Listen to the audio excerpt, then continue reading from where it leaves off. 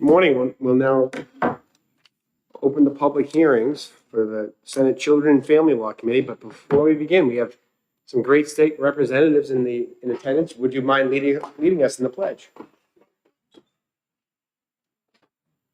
Pledge allegiance to the flag of the United States of America and to the republic for which it stands, one nation, under God, indivisible, with liberty and justice for all. Thank you. We'll now open the public hearing on HB 1039. Here to introduce the bill is the prime sponsor, Representative Nelson.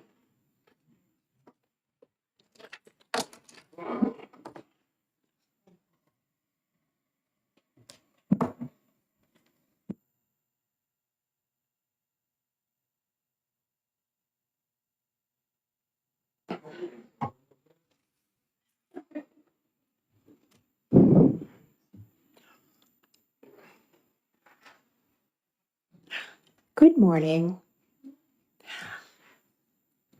I just want to give a tiny bit of background before I read my testimony. Representative, could you just I'm introduce so yourself? sorry. Jody Nelson, representing Rockingham 13, Derry. Thank you. I always forget to do that. One of my constituents came to me over the summer and talked to me about a situation that she had where she and her partner, while she was pregnant, agreed on certain restrictions on posting their future children's pictures on social media and so forth. Unfortunately, their relationship ended shortly after the child was born, and he's not fulfilled the terms that they agreed upon. And when they did their parenting plan through the courts, she, in retrospect, wished that she could have put some sort of agreement on sharing images with him. I did some research and I spoke with some folks, including a mediator and a family law attorney here in New Hampshire, and they liked this idea. And when I did my research, this is a hot topic in family courts around the U.S. I'll read my testimony now. In today's world, a child's digital presence is no longer a minor issue. It's a lasting part of their identity. With the rapid advancement of artificial intelligence, images of children can be altered, misused, or redistributed indefinitely. At the same time, social media has created an environment where a child's image can be widely shared or even monetized without clear agreement between parents. Under RSA 461A, we already require parents to share responsibility for major decisions affecting their children.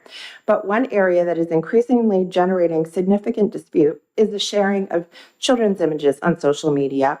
Family law practitioners are seeing this more and more, disagreements over posting, privacy, and online exposure, escalating into repeated motions, hearings, and enforcement actions. These are not one-time disputes, they're ongoing sources of conflict that drain court resources and impose significant legal costs on families. HB 1039 addresses that gap in a very simple way. It doesn't create a new mandate or layer of regulation. It simply adds a section to the parenting plan process to encourage parents to reach agreement on this issue upfront. It provides clarity, reduces conflict, and supports co-parenting by setting reasonable expectations on a child's digital footprint.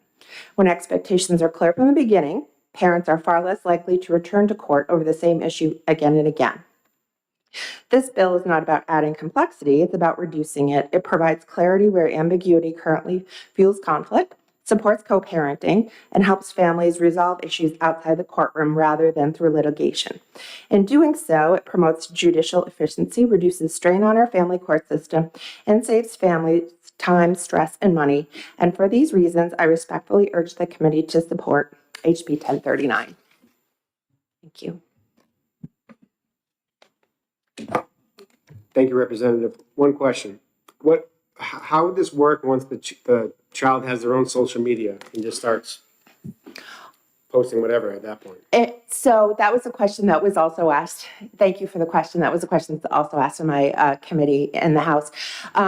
Parents can either initially in the parent, when they're deciding the parenting plan, decide when a child, turns a certain age that they would allow that child to have their own, account or identity on social media. Or, parenting plans can always change. They can go back to court and change their agreement on that. Thank you. Thank you. Seeing no further questions, thank you for your testimony. This time the chair recognizes Representative DeSimone.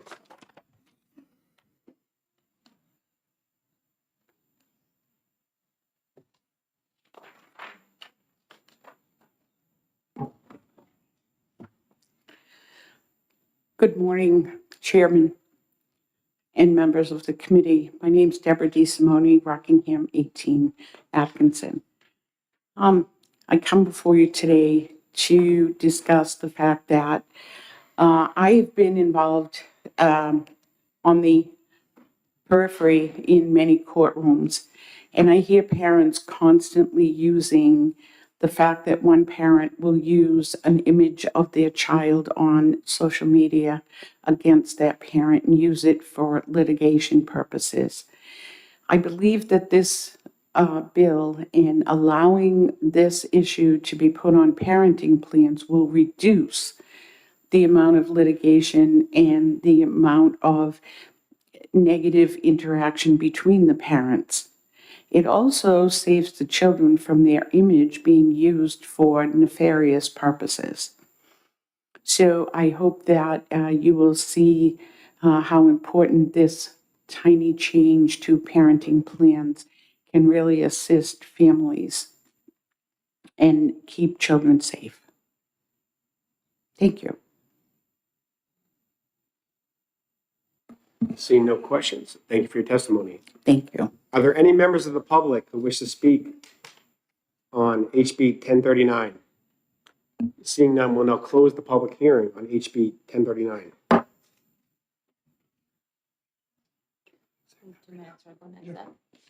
I'd like to make a motion to go into executive session. Second. All in favor? Aye. Ayes have it. We're now in executive session. Mr. Chairman, I'd like to make a motion about to pass on House Bill 1039. Second. And if I could just speak to my motion briefly. You're recognized. To your question about the children, this only pertains to what the parents can post, not the kids. So when they get to be 13, which I think should be 18, but when they get to be the age that the social media platforms allow them to have their own accounts, it wouldn't pertain to them. This wouldn't pertain to them. Yeah, I guess the meaning behind this provision would kind of lose its weight once the child had their own social media. But Yeah. I just didn't know if it. I thought it was a good question. It was a solid question. The prime sponsor agreed with. Yeah, and solid question, invoked some conversation. It's very good. Any further discussion? Seeing none, all in favor? Aye. All opposed? The ayes have it. Motion for consent, So moved. So moved. Second, seconded by Senator Long. I'll take it out. All in favor? of Aye. consent? Aye. I'll take it out. Sorry. Make a motion to come out of executive session. Second. All in favor? Aye. Ayes have it. We're out of executive session.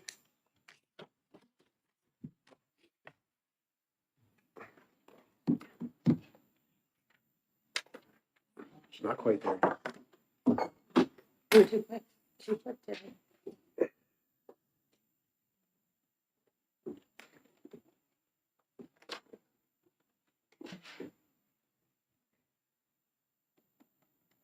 We have to wait till 9:40.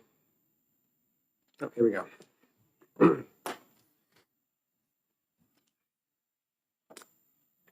And this time we'll now open the public hearing on HB 1643. And here to introduce the bill is the prime sponsor, Representative Rice.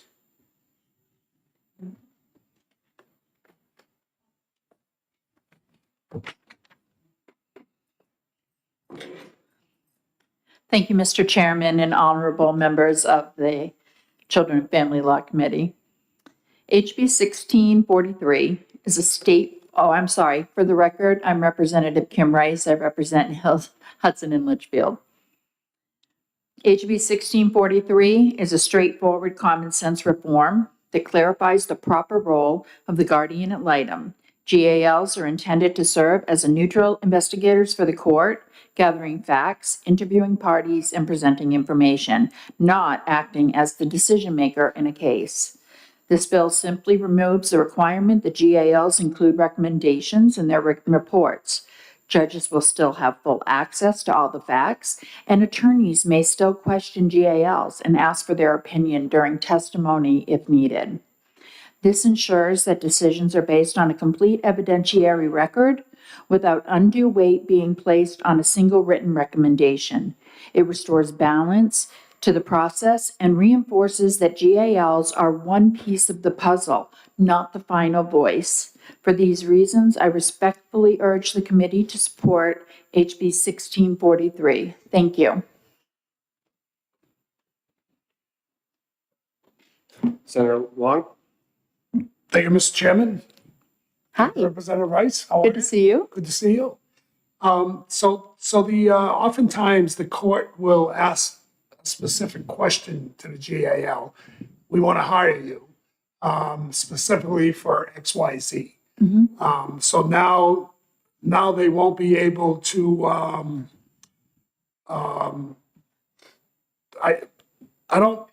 don't know if the GAL makes the decisions.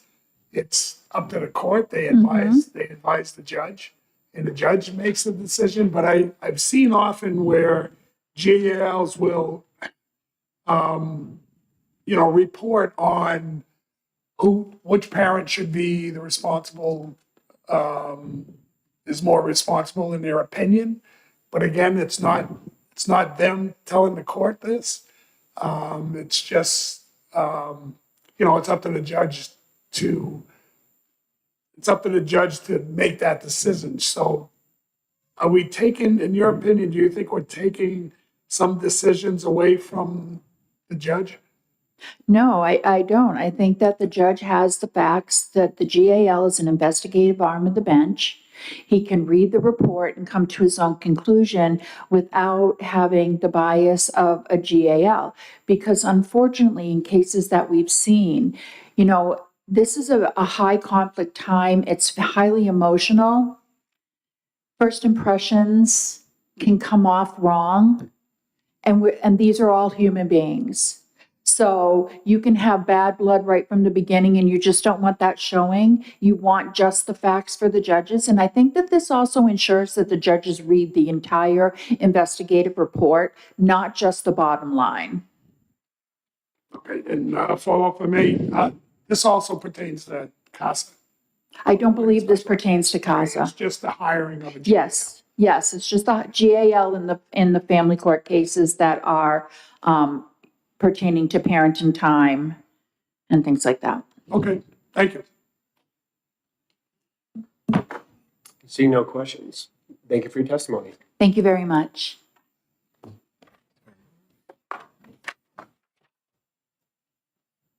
At this time, the chair recognizes Representative Nodder.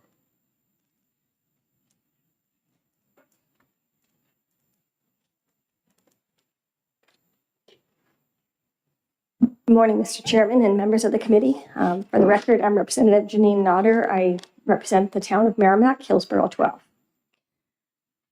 Thank you for the opportunity to speak today. House Bill 1643 is a straightforward bill that strengthens the integrity of our family court process by clarifying the role of the guardian ad litem. Guardians ad litem play an important investigative function, but they are not decision makers. This bill ensures that their reports focus on factual findings and observations rather than recommendations about parenting plans, parenting schedules, or the allocation of decision-making authority. By removing the ability of the court to request those recommendations, House Bill 1643 helps maintain clear boundaries between the investigative role of the guardian ad litem and the judicial role of the court. Judges and parents benefit from the objective information that is free from prescriptive conclusions. This bill supports a more transparent and balanced process for families. I respectfully ask for your support. Thank you. I hope you have no Seeing no questions. questions. Thank you for your testimony. This time, The chair recognizes Representative Deborah DeSimone. She just knows.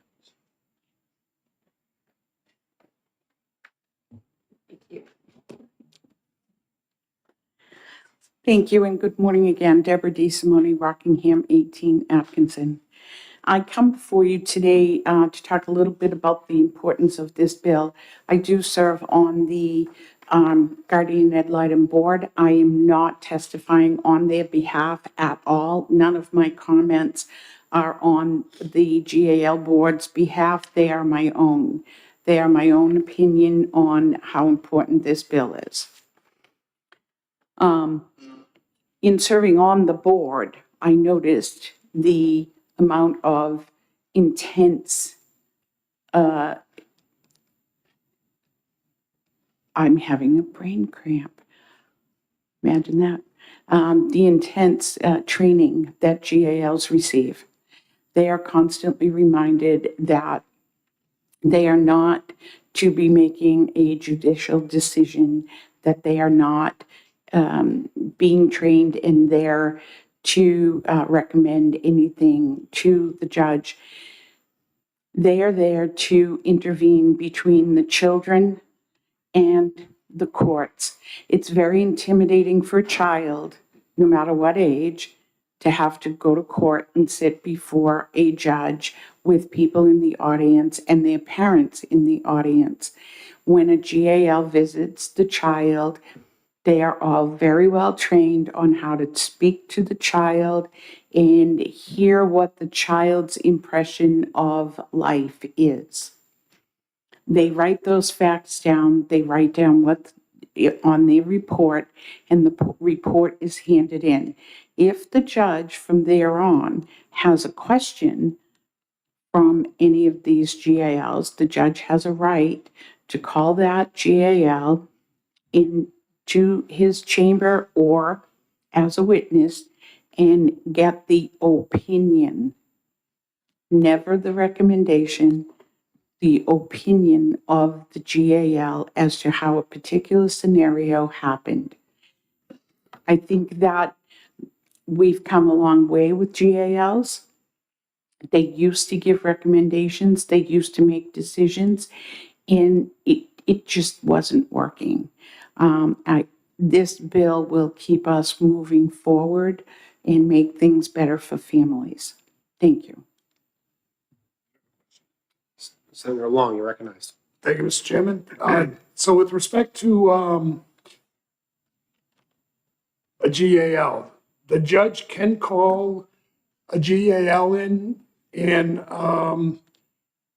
ask questions about parenting schedules? No, they can ask questions about an opinion of the facts that the GAL has given to the judge concerning the conversation that the GAL had with the children. Okay.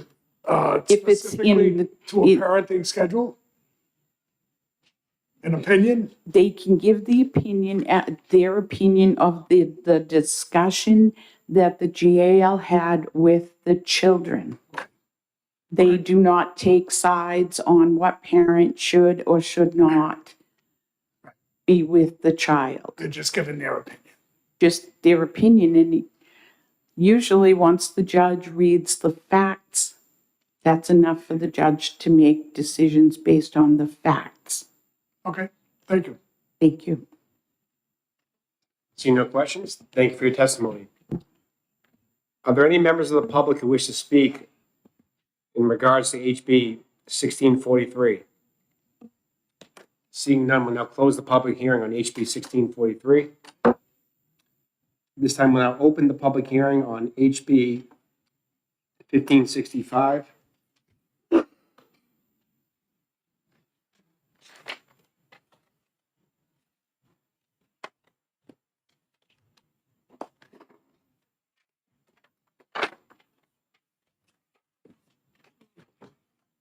Here to introduce the bill.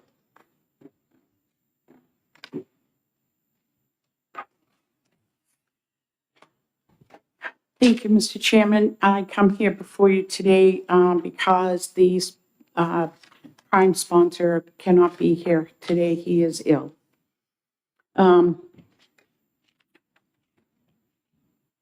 I appreciate your giving me the opportunity to introduce this bill. I'm Deborah DeSimone, Rockingham 18, Atkinson. House Bill 1565 comes to you having passed the New Hampshire House of Representatives, continuing a consistent and well-established House position on the issue. Versions of this legislation have been introduced over the past 5 years and have passed the House more than 6 times with bipartisan support. I would also note that the committee's awareness that the version before you today is substantively the same version that the Senate, your chamber, amended last year. The House concurred with that approach and was in clear alignment between both chambers on core policy. While the bill ultimately did not survive the Committee of Conference due to additional artifacts added late in the process, the underlying legislation itself remains both sound and necessary.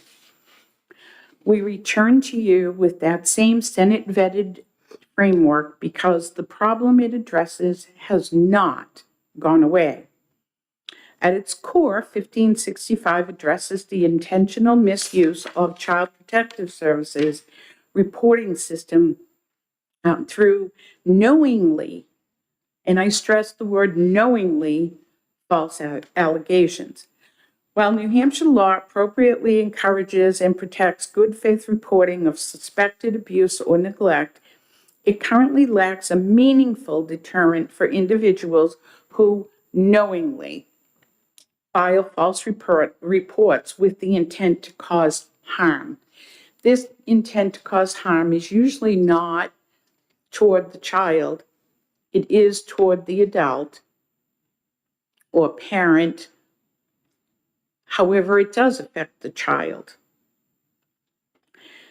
This is not a theoretical concern. These false reports arise in the real-world contexts, such as custody disputes, personal conflicts, retaliatory actions, and so forth. When they do occur, they trigger intrusive investigations, impose reputational and emotional harm on families, and most importantly, place children in the middle of unnecessary and often distressing situations. Imagine you're a child, you're home watching, what's it right now? Is it Spring Madness or something, the basketball game with your dad? All of a sudden there's a knock at the door and there are police officers because there's been a false allegation of abuse, because you and your dad are yelling and screaming, because your team is winning or losing or whatever. What does that do to the child? Oh my God, now the child has to be interviewed, the parents have to be interviewed, and it's all because somebody was mad at the adult. Or one parent was angry with the other parent, and now the child is in the middle of all of this dispute. How upsetting and detrimental is it to that child? At the same time, every knowingly false report diverts limited investigative resources from the children who need their families to be investigated. Genuinely, these kids are at risk. In that sense, the misuse of the system does not just harm individual families, it undermines the effectiveness of the child protection efforts statewide. This bill actually gives the tools to DHHS and DCYF to vet through the false allegations and move on to the suspicious allegations. I can't imagine that what happened to Harmony Montgomery would have happened if DCYF and DHHS had more time to investigate what was going on with that poor child.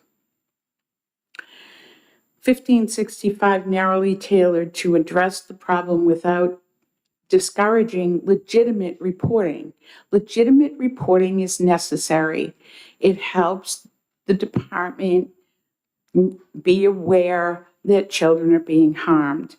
The bill applies only to individuals who knowingly and willfully make false reports. There are ways that the department can figure that out. The constant phone calls coming from the same number, the constant accusations that are found to be unfounded, the constant calls saying you must investigate, and when they do, they go to the schools, they go to the children, they go wherever they go, and nothing is wrong, everything is wonderful. They figure it out, and they protect the child. It doesn't apply to those acting in good faith, nor does it create a liability for individuals who report concerns based on reasonable belief that a child may be in danger. If your kid is out there without a coat, well, some kids don't put their coats on. If somebody reports that, they would take that into consideration.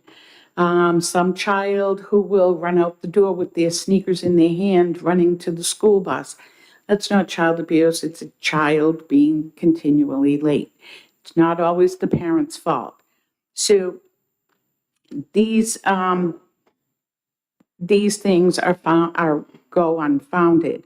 Mandatory reporters remain fully protected under existing law.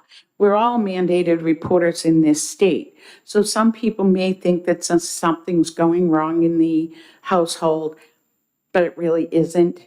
They're a mandated reporter. They should report, and it's up to the department to figure it out. The intent is straightforward. It preserves the strength and integrity of the reporting system by ensuring it cannot be weaponized. A system designed to protect children must not be used as a tool to harm them. This gives the department, again, the tool to vet through that. The House has spoken clearly and consistently on this issue, and notably the Senate has as well through its prior passage of this framework. House Bill 1565 represents an opportunity to complete that work. Advancing a balanced policy that protects children and safeguards families from malicious conduct and ensures that the state resources are directed where they are most needed. I respectfully ask your support and recommendation of ought to pass, and I thank you for your time and consideration. Thank you for your testimony. Is this bill that's before us today the same draft that passed in this chamber last term? It is along with the amendment that this chamber recommended. Thank you. Question. Senator Long. Thank you, Mr. Chairman. So on line 10, reports made to the department may include the name. So we're not mandating that if you're going to report an abuse or neglect that you're required to give your name, correct? No, we're not changing that. Currently, if you call to make a report right now, they will ask you if you would like to give your name and address. Okay. If you choose not to, you choose not to, and that will not change. Okay, great. Thank you. Seeing no further questions, thank you for your testimony. Thank you. This time the chair recognizes Representative Nodder.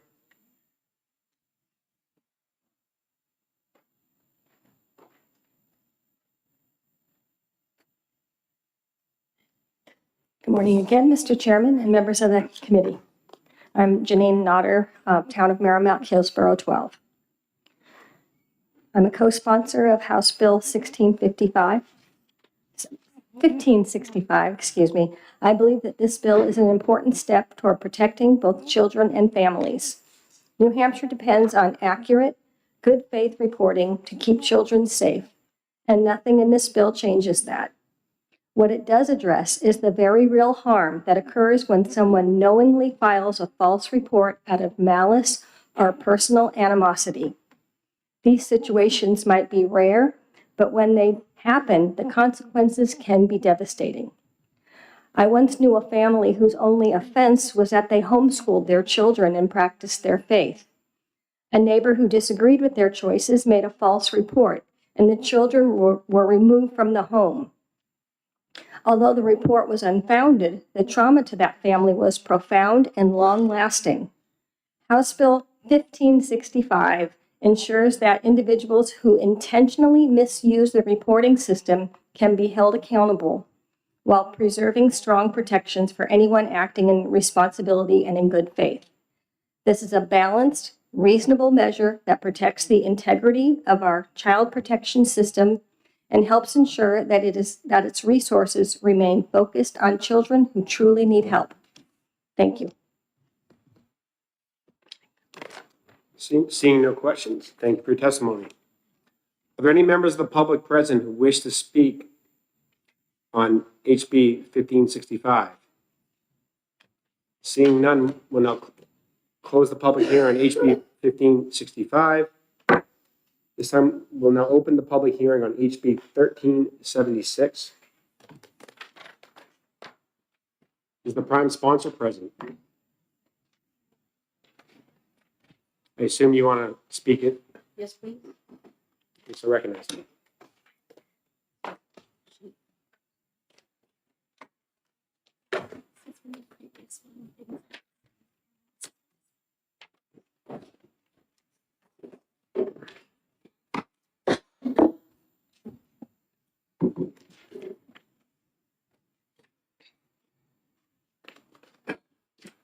Thank you, Mr. Chair and members of the committee.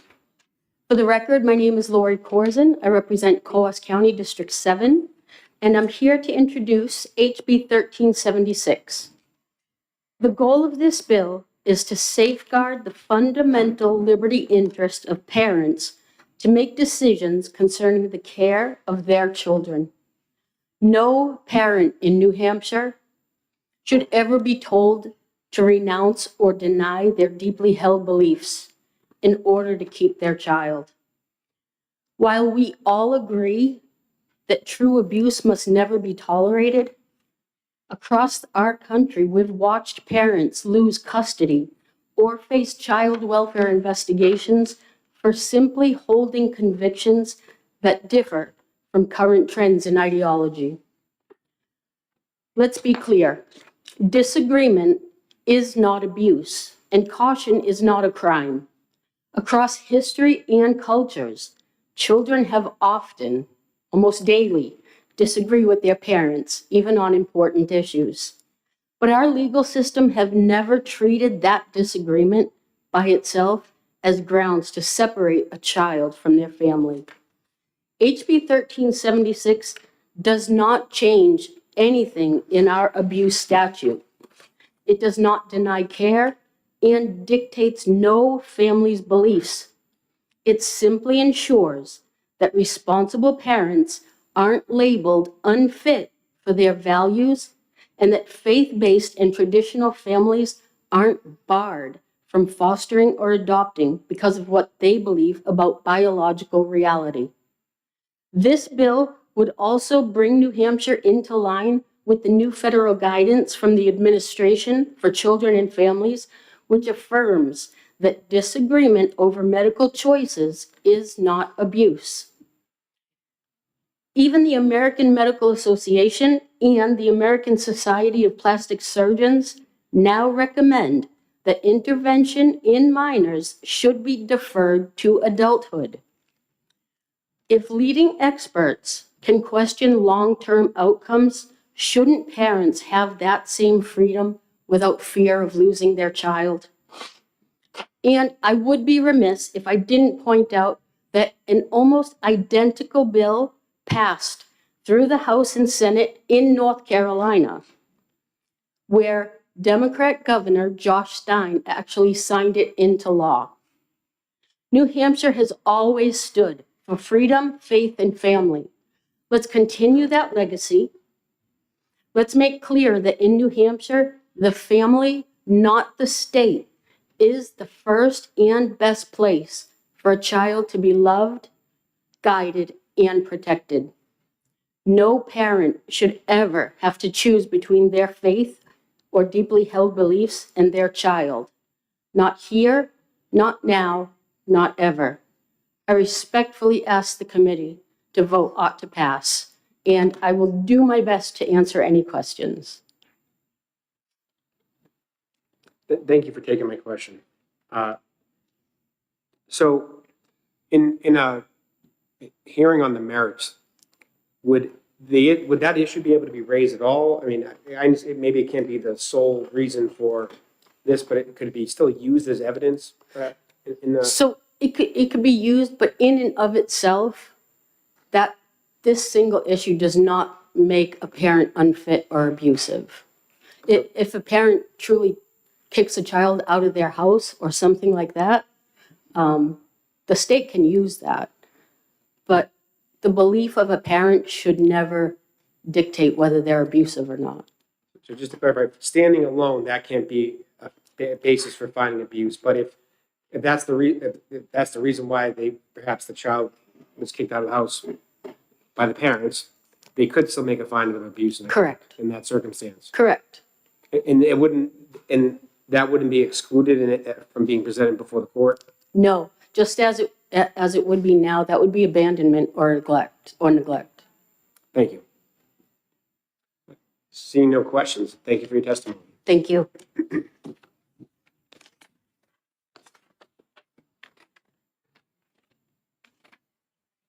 It's time the chair recognizes Representative Deborah DeSimone.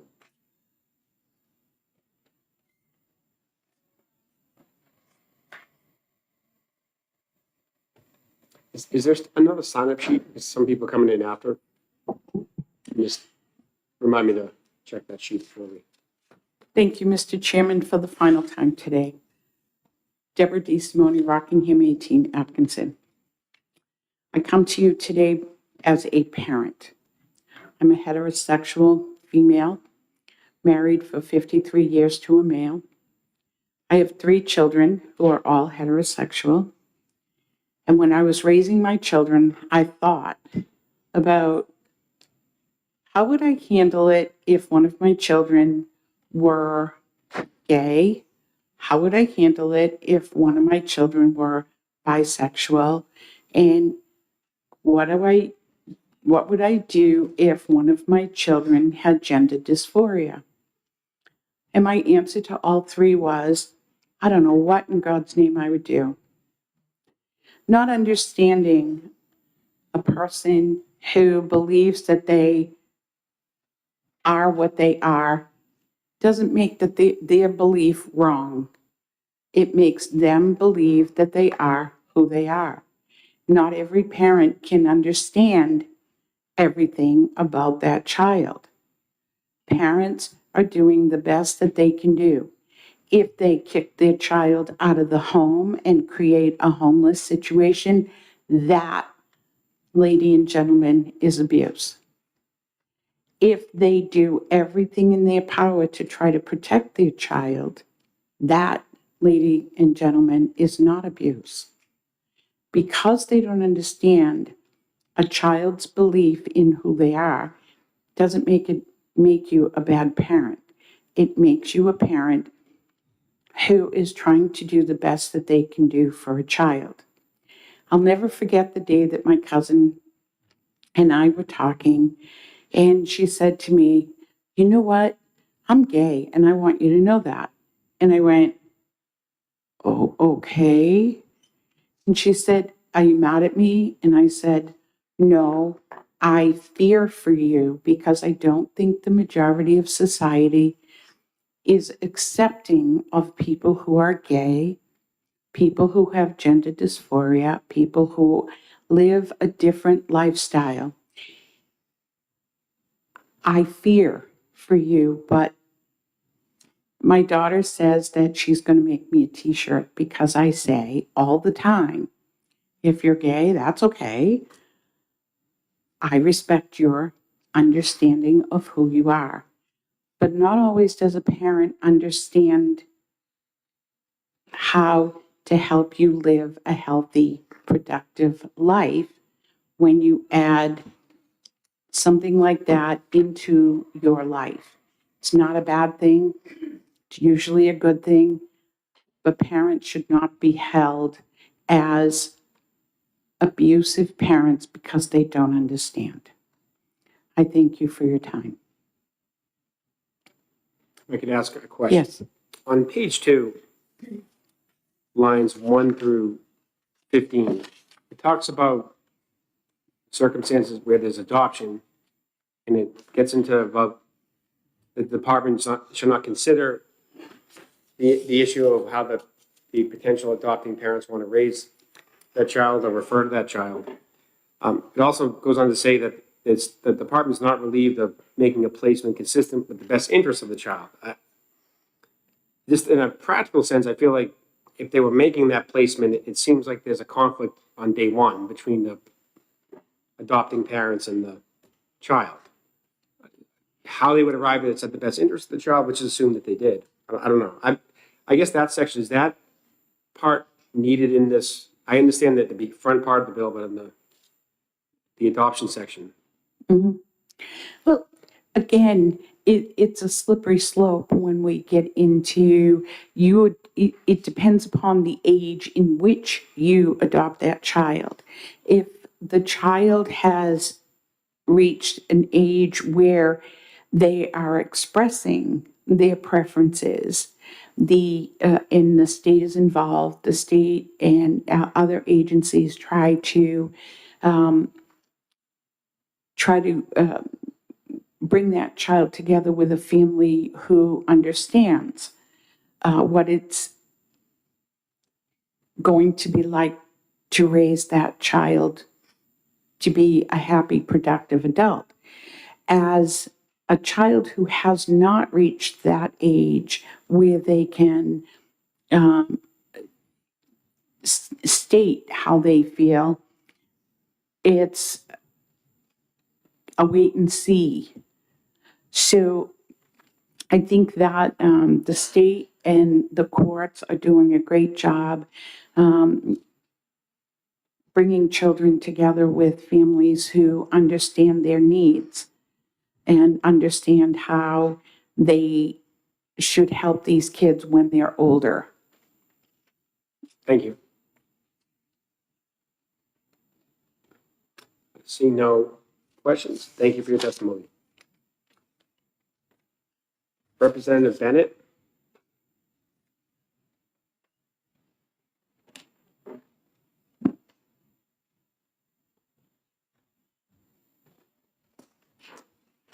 Hello, my name is Representative Cindy Bennett, and I represent Raymond, New Hampshire.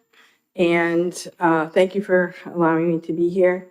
I would like to come to you today as a representative, but also as a mother of 13 children. I have 6 girls and 7 boys. My youngest is 18. He's graduating from high school this year, so I feel like I'm graduating too. They're all mine, same mom, same dad, no twins. Usually what people ask. Over the years, I've lived the daily reality of raising children here in New Hampshire. 13 unique individuals, each with their own strengths, struggles, and personalities.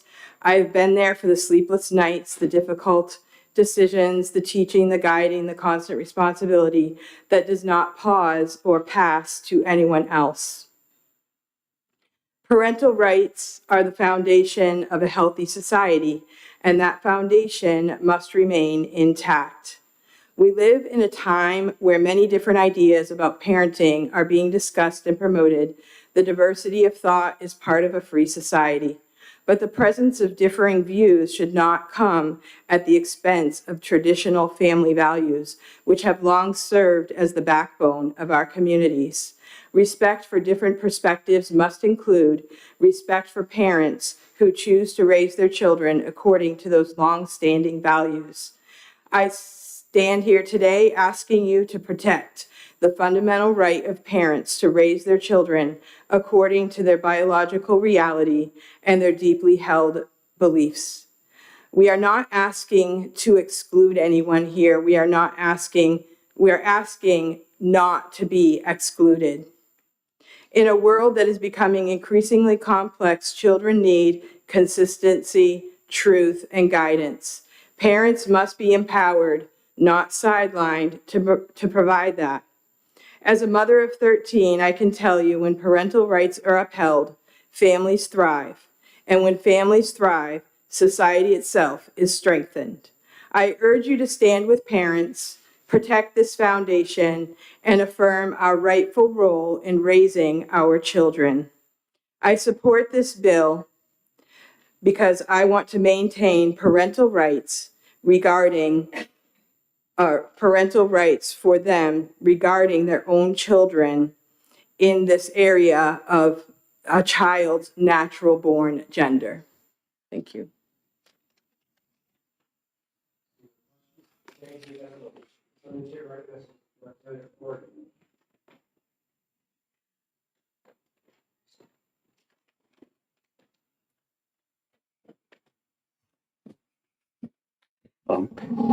Thank you very much. I'm Representative Timothy Horrigan from Stratford District 10, the town of Durham, and you probably will not be surprised to learn that I'm opposed to this bill. This is well, first, although I will say it's probably going to be pretty hard to enforce because it's hard to imagine any situation where everything is great, everything's going fine between the parents and the child, except for the fact that the parents are misgendering him. So if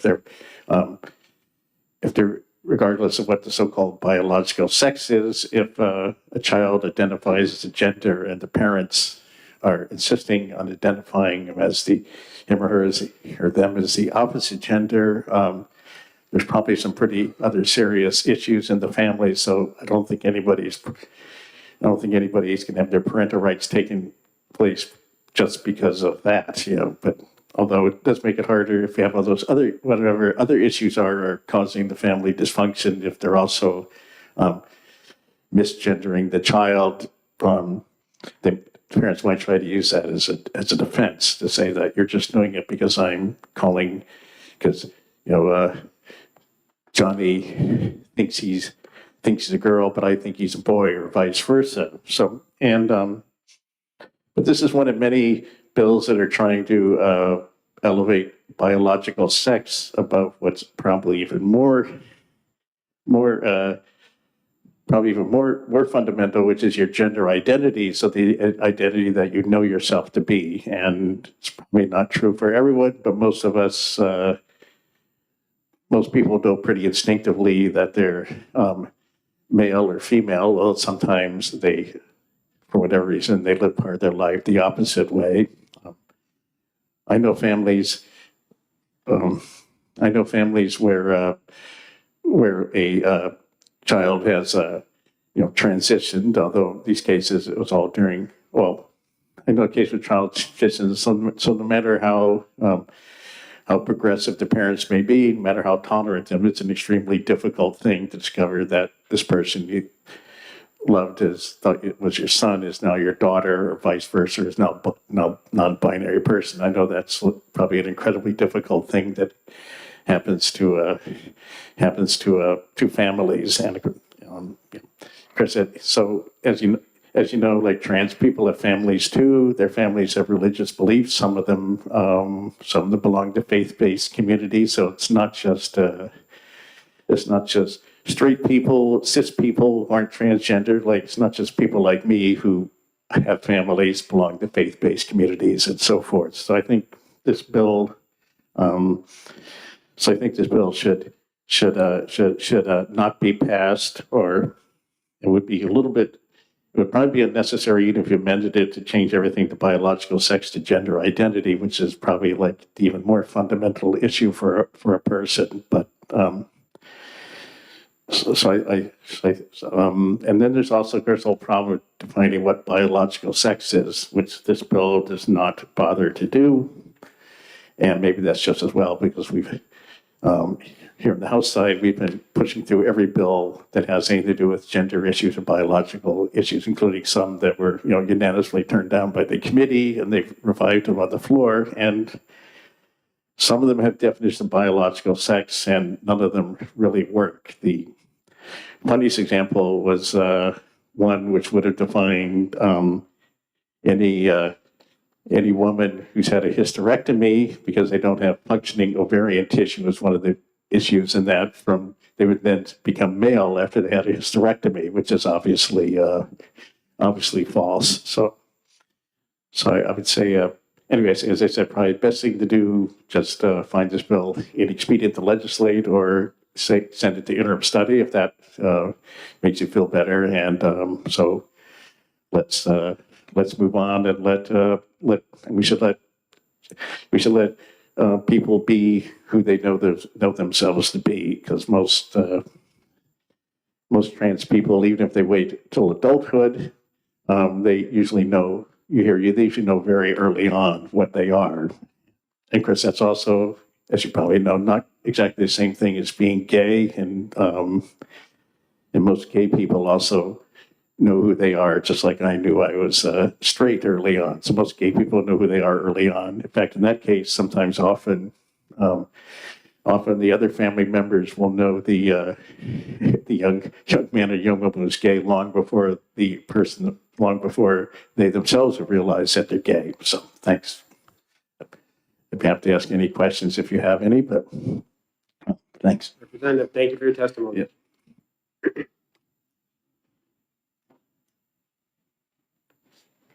Catherine, excuse me, Representative.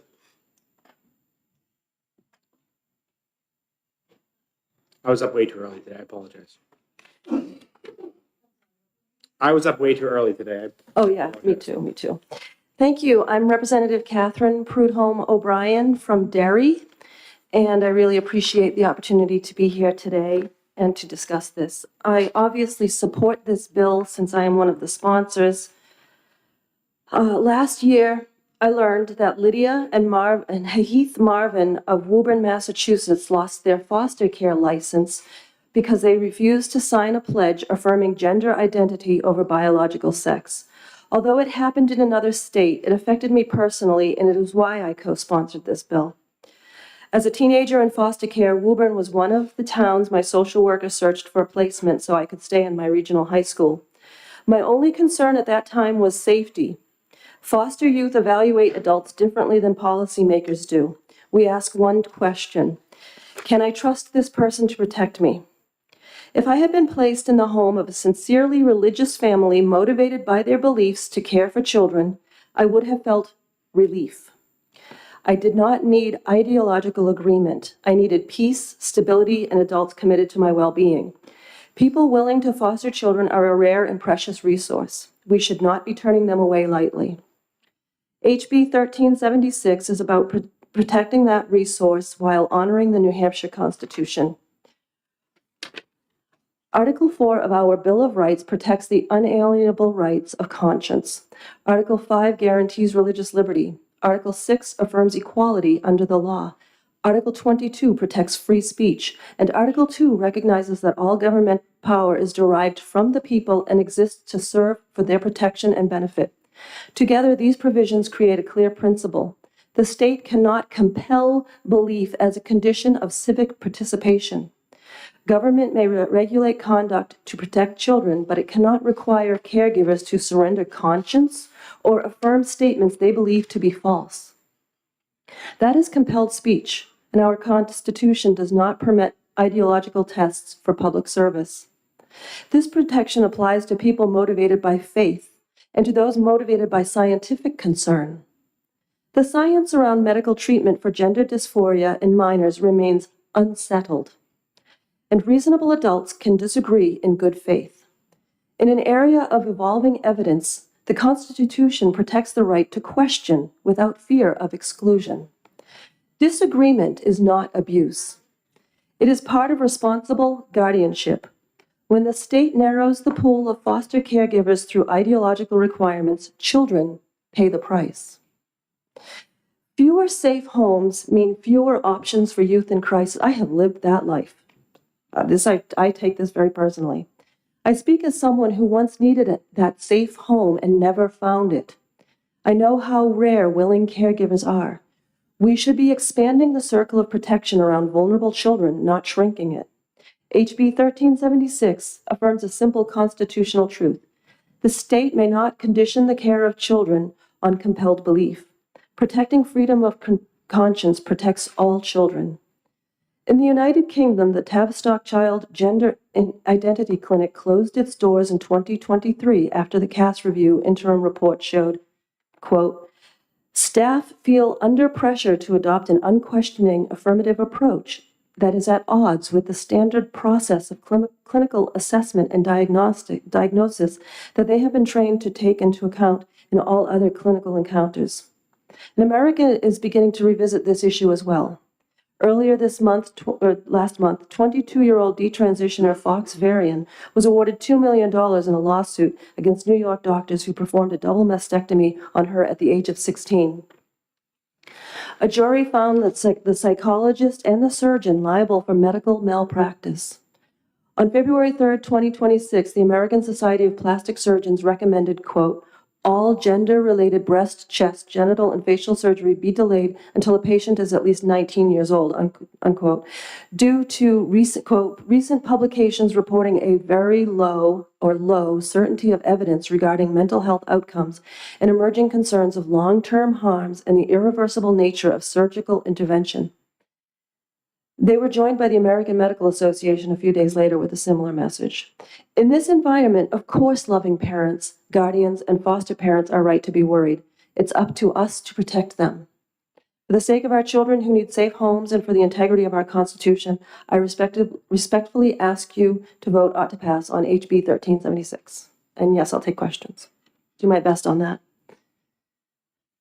See no questions. Thank you for your testimony. I'm glad I was able to answer everything then. Thank you. This time the chair recognizes Michael Haley.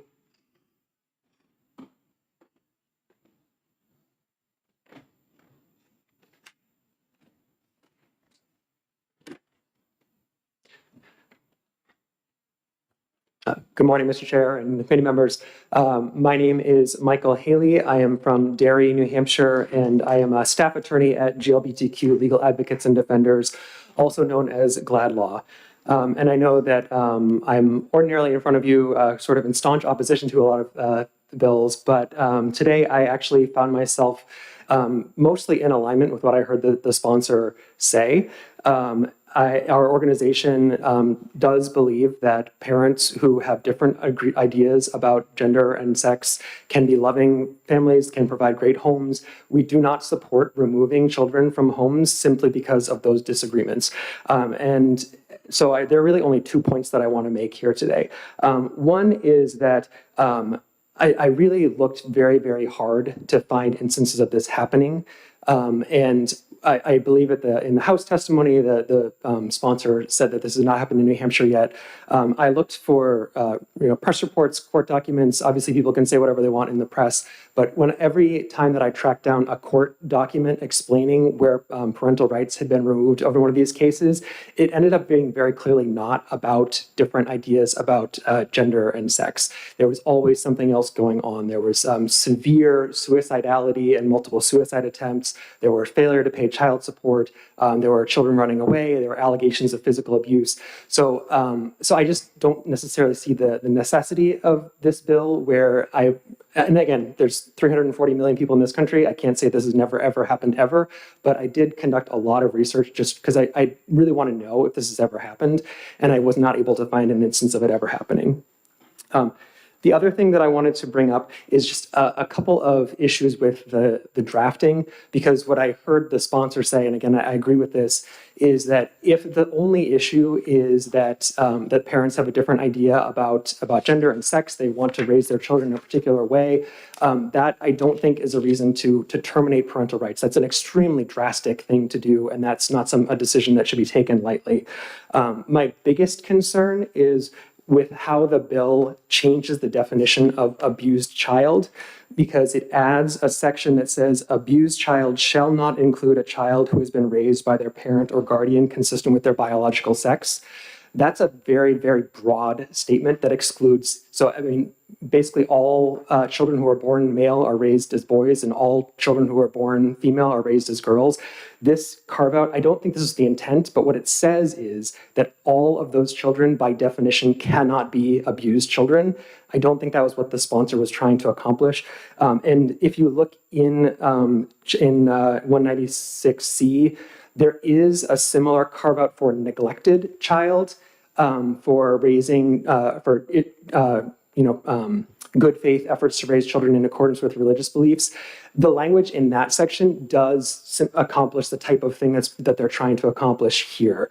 And so if this section amending the definition of abused child were to mirror that neglected child definition, I don't think that issue would exist. But I think that this is just a pretty, and I'm sure it was just a simple mistake, because again, it does not sound like this was the intent of the sponsor. But of course, courts have to look at the plain language of a statute and only look at the legislative intent if it's unclear. And the way this is written, it's very clear. It says any child who's raised consistent with their biological sex, by definition, cannot be an abused child. That's just extremely broad. And then, sorry. I'm sorry, can you just tell me which line that's on and which page? Oh, sure. That's on the first page, right up at the top. Section 1, new paragraph, definition, parenting based on biological sex excluded. And then it says add section Roman 2A, abused child shall not include. So it's really just, I think it's a simple fix. But I don't think that the current language accomplishes what I heard the sponsor say that she was trying to accomplish here. And for clarification purposes, if we go to the neglect definition, if we would take that and fit it there, it would. Yeah, it would have to. Mirror to what the prime sponsor was trying. Exactly. I think it's not exactly like a one-to-one fit, but if it were to mirror that similar language, because the neglected child statute is not talking about the same things, but if you were to use the similar like linguistic strategy as that statute, I think it would accomplish what it sounded like the speaker was trying, or what the sponsor was trying to accomplish here. And then the other thing, which again, I think I'm in line with the sponsor on this, I feel that it's important to point out that transgender children are 60% more likely to suffer physical abuse by their parents. They're 80% more likely to suffer psychological abuse and 100% more likely to suffer sexual abuse than non-transgender children. And what I heard the sponsor say is that she doesn't want to create a situation where other abusive acts are ignored because they are in some way tied to the parents' beliefs about gender and sex. And I just don't think that the current language of the bill accomplishes that. I think that the way that it's written, a parent who, for example, like violently beats their child because they disagree with how the child is presenting would not be abusing the child under the way this is written right now. And so I would support an amendment to the bill to make it clear that what you're trying to say is that those beliefs about gender and sex on their own or in and of themselves are not abuse. Because again, I think that parents who have different ideas about gender and sex can be very loving. Foster parents who have different ideas about gender and sex can provide wonderful, loving, stable homes. And I don't want to take that away from children who really need it. So it's my 2 points are just simply that I'm not sure I see the need for it, but if the committee wants to proceed, I would be in support of some amendments that clarify the language of the bill to bring it in line with what the sponsor stated her goals were. In your written testimony, which I have not read yet, are any of those suggestions in here? I'm happy to provide that language to the committee. It's not written in the testimony, but I'm happy to provide some suggestions. It would be appreciated if you did. Thank you very much. If I could ask, in regards to in New Hampshire, when it comes to adoption or providing foster care, are there any other restrictions or disqualifications? I mean, other than felony arrest stuff like that, I'm talking that would prevent a family from being able to adopt children. I unfortunately don't know the adoption law in New Hampshire well enough to speak on that effectively. I'm sorry. Thank you. And if you can provide any suggestions to the committee, just email it to the whole committee. If you don't mind. Certainly. Thank you very much. Thank you.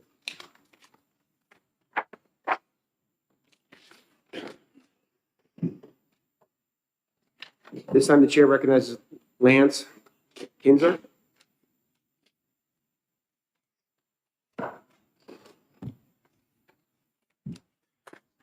you, Mr. Chairman, members of the committee. My name is Lance Kinzer. I appear on behalf of First Amendment Partnership. I want to address a couple of the questions that have been raised. First of all, with respect to the adoption foster section, and I think it's important to recognize that the way the bill is drafted, if you look at, so new paragraph, it's in 4.1a is the language that was originally in the bill as it was introduced in the House. And it's important to note that what this addresses is using a person's views regarding gender ideology to disqualify them for consideration as an adoptive parent, or ruling that the home is unsuitable for adoption. And so this language doesn't require that they be, it doesn't say they have to be a placement for any particular child. However, there was some concern in the House committee that they wanted to make it absolutely clear that this substantive restriction is talking about authorization, being able to be considered to be an adoptive parent. The foster language is similar. So you're talking about the lines 3 to 9. That's something that would come up in the pre-screening or pre-interview process. Right. And so what had happened is what was indicated previously, a number of states, including Vermont and Massachusetts, had adopted policies that said that parents, that adoptive foster parents, for example, or prospective adoptive parents who were deemed kind of insufficiently affirming on issues of gender identity, not that perhaps they weren't the ideal placement for, a 17-year-old gender dysphoric child, but rather they weren't being allowed to be considered to foster or adopt at all. And there's been a lot of litigation in that area. And in fact, recently, there was an important case out of the Ninth Circuit where a woman who'd been denied the ability to foster or adopt out of fostering at all in Oregon, Jessica Bates, that was found to be constitutionally problematic by the Ninth Circuit.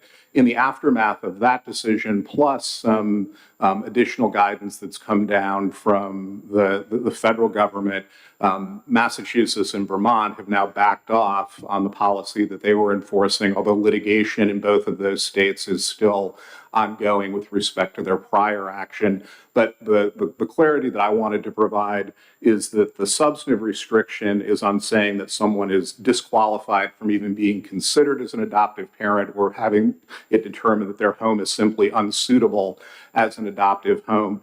The 1B language and then the B language under 5.3, that was amended in the House to make it absolutely clear that this in no way precludes the ability of the department in assessing particular individualized cases to still make those placements consistent with the best interest of the child. Happy to discuss that in more detail. I also wanted to address this issue of, and certainly always open to the possibility that bill language can be clarified, can be made better. But I will say I do disagree with the person who testified before me with respect to the definition of abused child. And I think that it's a cramped, unnatural reading of the current abused child language to stop by saying shall not include a child who has been raised by their parent or guardian consistent with their biological sex, without reading the rest of the sentence, which I think provides great clarity with respect to what we're talking about, including but not limited to referring to a child consistent with biological sex, making mental health or medical decisions based on the child's biological sex. I think that we didn't do a lot of definitions in this bill. It's a natural language kind of bill, but when you read the totality of that sentence as a whole, I think the provision is clear that you are not an abused child because you were raised consistent with your biological sex, including things like use of pronouns or making medical decisions consistent with your sex. This in no way changes the balance of the definition of what it means to be an abused child, and it doesn't in any way absolve parents from the obligation to care for their child appropriately. Oftentimes children, and this was noted by a previous testifier, oftentimes there are other comorbidities that go with gender dysphoria. And so you might have ADHD, you might have depression, you might have eating disorders.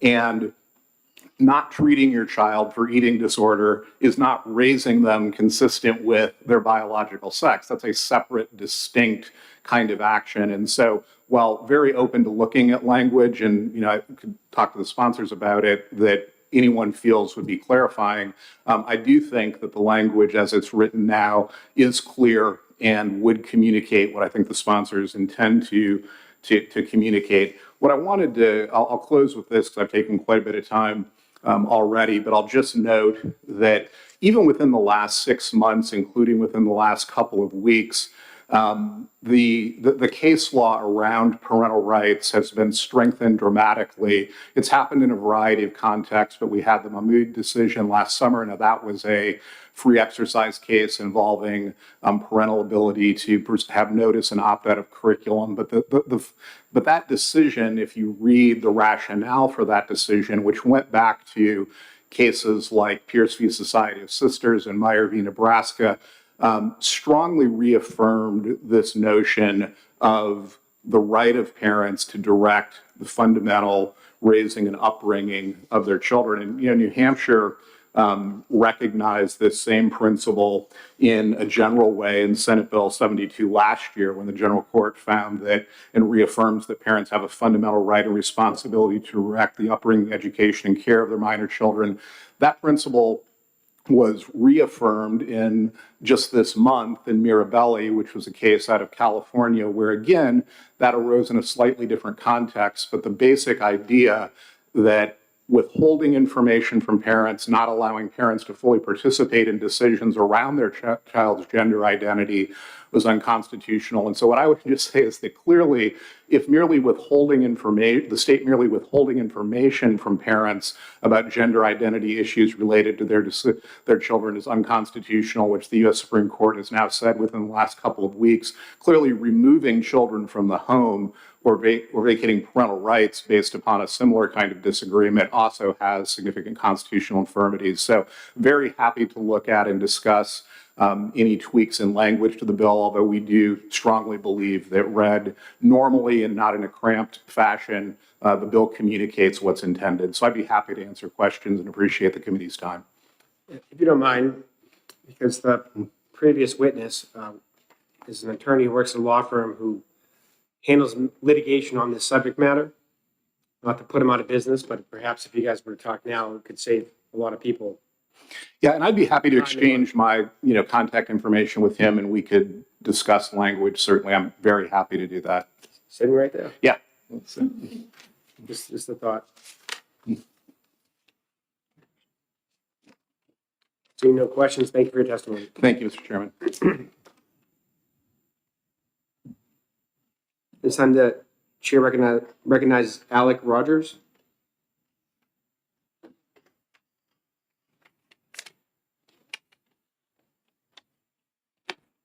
Hello.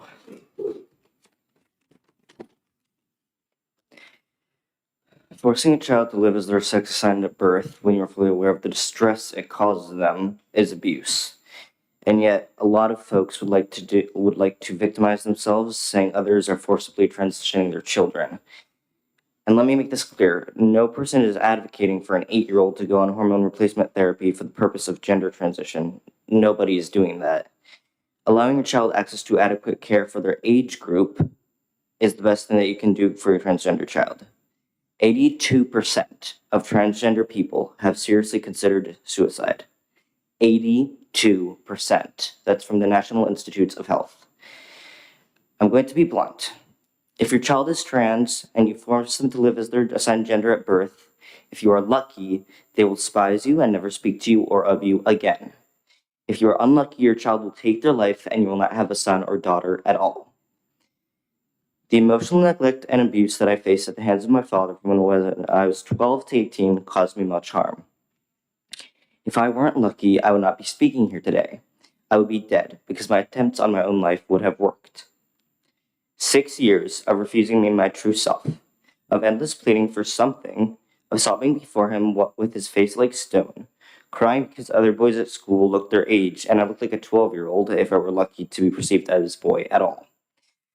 6 years of talking to a brick wall while I victimized myself, tried to make everyone feel sorry for it that I had to put up with having a transgender child, 6 years of intense dysphoria that caused severe depression and suicidal ideation, of having to get an adult diploma at my high school because I could not stand to get up and dress in the morning. I could not stand it. I could not stand to face my body. This was not self-hatred. This was not a young girl struggling to accept her growing body. I did not hate my body. It did not feel like home.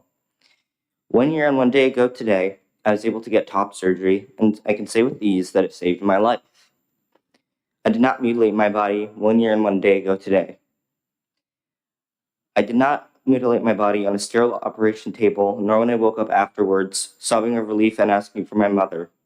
I did not mutilate my body that day. I mutilated my body on the cold floor of a dirty bathroom in an apartment, with blades stolen from my father's car, wishing I were brave enough to cut deep enough to just kill myself. I mutilated my body, eating less than the calorie requirements of a toddler, throwing up in toilets after meals, trying to make myself shapeless. I mutilated my body, trying to everything in the medicine cabinet, hoping to fall asleep those many nights and drift into peace forever. I did not mutilate my body 1 year and 1 day ago today. I saved my own life, and I'll ever be grateful to myself for that. That is the end of what I've written, but I have a little more to say. I find it interesting that we are having a suicide prevention discussion soon, later on in the next week or so, I think. And yet we are discussing bills that change the lives of a large group of people. It's only 1% of the population, but it's still a significant amount of people. And these people are some of the most at risk for suicide in the country. Like I said, 82% of transgender people consider committing suicide in their lifetime. We are passing bills that will, for sure, increase the suicide rate in transgender people, especially transgender youth. As a previous representative said, usually if there's some issue where a parent or guardian or caregiver is not referring to a child the way that is making them most comfortable, it is not an isolated issue. That caregiver is likely abusing the child in another way, shape, or form. Because if we look at cases where children are taken away, it is very extreme. I don't know if any of you have had the joy of having CPS come to your house, but you can be in a very real abusive situation and they won't take you away. They don't do anything. So if you are denying your child their true self and you have your child taken away from you, it is that serious. Thank you. Seeing no questions, thank you for your testimony.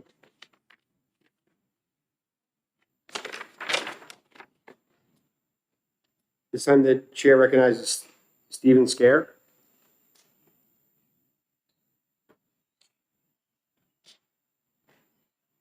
Is there another sign-up sheet? This is the second and last person signed up to speak, so if anyone else wants to sign up, please. We have some more folks that.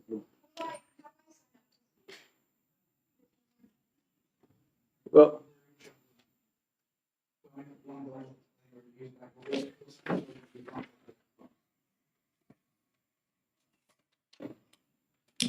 Good morning, Stephen Scare, Nashua, New Hampshire. I appreciate this opportunity to speak, Chair and honorable committee members. I'm here to speak in favor of this bill, which protects parents from being coerced into pretending that their daughters are their sons and allows those who respect objective reality to foster and adopt children. There's no such thing as a transgender child. No one should have to pretend otherwise. Transgenderism is a religion that teaches that a boy's soul can inhabit a girl's body, and this gender identity, not her body, is her authentic self. It must be socially and medically affirmed, or she will die at her own hands. I challenge anyone who disagrees to define gender gender identity, boy or girl, without relying on circular reasoning or outdated stereotypes.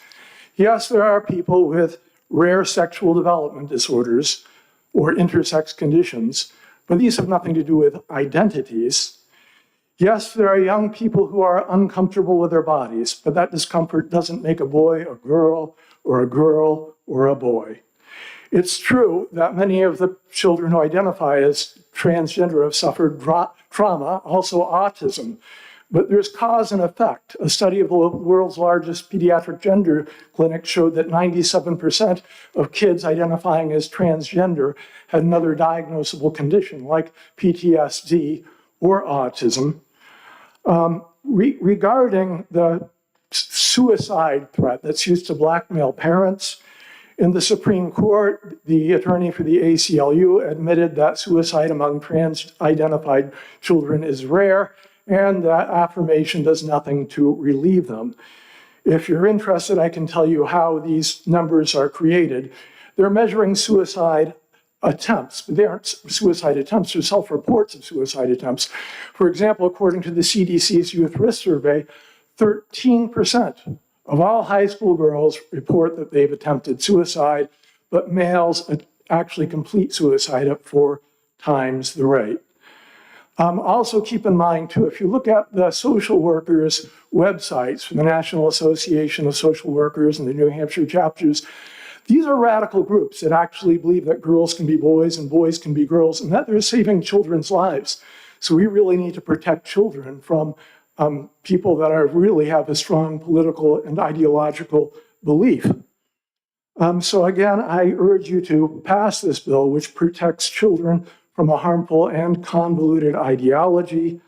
I hope you'll vote to pass. See no questions. Thank you for your testimony. Beth Scare.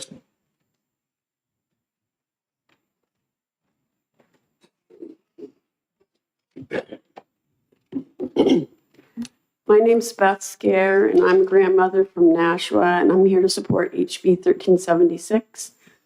Trans rights activist lobby group 603 Equality told their supporters they should oppose this bill because it, quote, provides legal justification for parents to raise their trans children against the child's intended gender, end quote.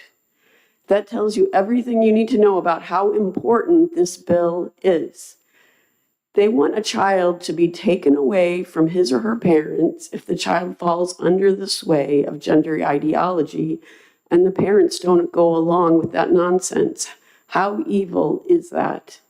I asked ChatGPT to define gender, and it said gender is a socially constructed set of norms, behaviors, roles, and expectations defining how people should act or feel based on perceived masculinity or femininity. Why should kids be worried about gender norms, behaviors, roles, and expectations, or perceived masculinity or femininity? Let kids be kids. A lot of testimony in opposition bizarrely insists that the sponsors of this bill should mind their own business and they shouldn't insert themselves in people's lives or get between parents and a child. But the intention of this bill is to allow the parents to parent the best way they see fit and to keep the government from interfering. Also, the vast majority of testimony submissions claim that gender-affirming care saves lives, but there's no evidence of that. Threatening parents that their child will commit suicide is something that trans rights activists repeat incessantly to frighten parents into medically transitioning their children. Lots of testimony is concerned with the mental health of the child. What is more damaging to a child's mental health than to remove him or her from the home unnecessarily? And some of the testimony is quite cruel, insisting that parents that don't affirm a child's gender delusion deserve to lose their children. It's tyrannical. Everything about the trans agenda is about forcing people to believe in the delusion that people can change sex. It's so ridiculous that it requires a lot of force to make everyone comply. Taking away children is one aspect of that force. We should not go along with that in New Hampshire. It's not the New Hampshire way. We should be a sanctuary state for families who want to raise their children with their values. Please vote ought to pass on HB 1376 to protect parents and children.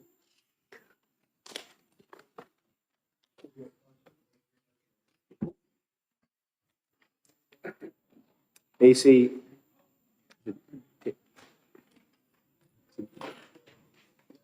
I'm worse than Senator Gannon. When it comes to pronouncing names, is it Diego? Yes, Macy Daigle. I am a constituent of Rochester, New Hampshire. I'm 18 years old. I'm a senior in high school, and I am transgender. I have been since I was 11 years old, although it would have been younger if my family had supported me at the time. This bill does not protect children in the slightest. It polices them. And if you look at any amount of studies, they will all show you that providing gender-affirming care and gender-affirming environments absolutely decrease the suicide risk for transgender youth. Also, the Constitution very clearly in the First Amendment states that we have the right freedom of speech, freedom of expression, and in Tinker v. Des Moines, that was very clearly shown that children also have the right to their First Amendment, the right to express themselves. This bill explicitly takes away children's rights to express themselves because parents would be allowed to monitor it.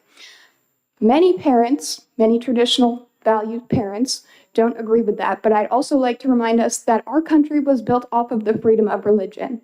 Every single person has the right to believe in religion if they do or do not want to, and if that child feels like that religion is harming them, they should not be forced to be raised in that.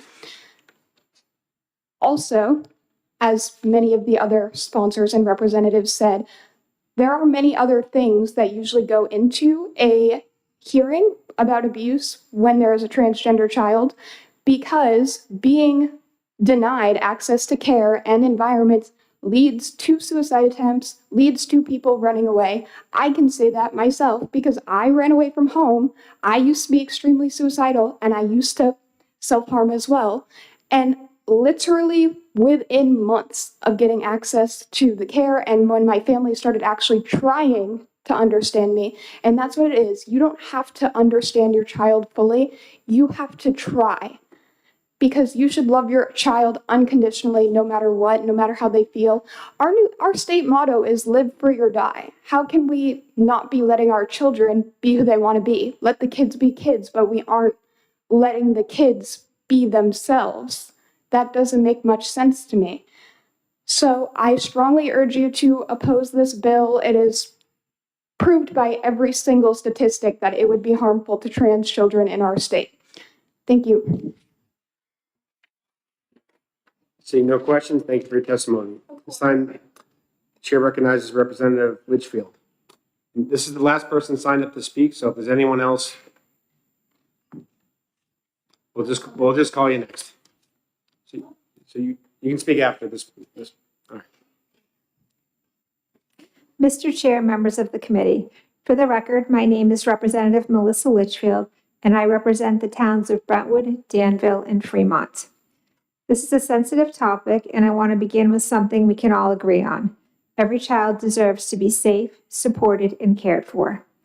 In New Hampshire, decisions involving children are guided by the best interest of the child standard. That means courts and agencies look at the full picture, safety, stability, relationships, and a child's overall well-being. This bill does not change that. House Bill 1376 addresses a narrow legal question. It clarifies that one factor alone, raising a child consistent with their biological sex, cannot by itself determine that a parent is abusive, neglectful, or unfit. Courts still retain full authority to act when a child is at risk. They may consider all relevant factors, including safety, mental health, and the overall well-being of the child. This bill does not regulate medical care, it does not prohibit services, and does not prevent intervention when there is harm. It simply ensures that serious findings are based on the full context, not one factor in isolation. Because definitions in statute matter, this bill provides clarity and consistency while keeping the best interest of the child as the guiding standard. I understand that people feel strongly about that issue, and I respect that. This legislation is focused on how we define and apply the law, while keeping our focus where it belongs, on the full well-being of the child. Thank you. Senator Sullivan. Thank you, Mr. Chairman.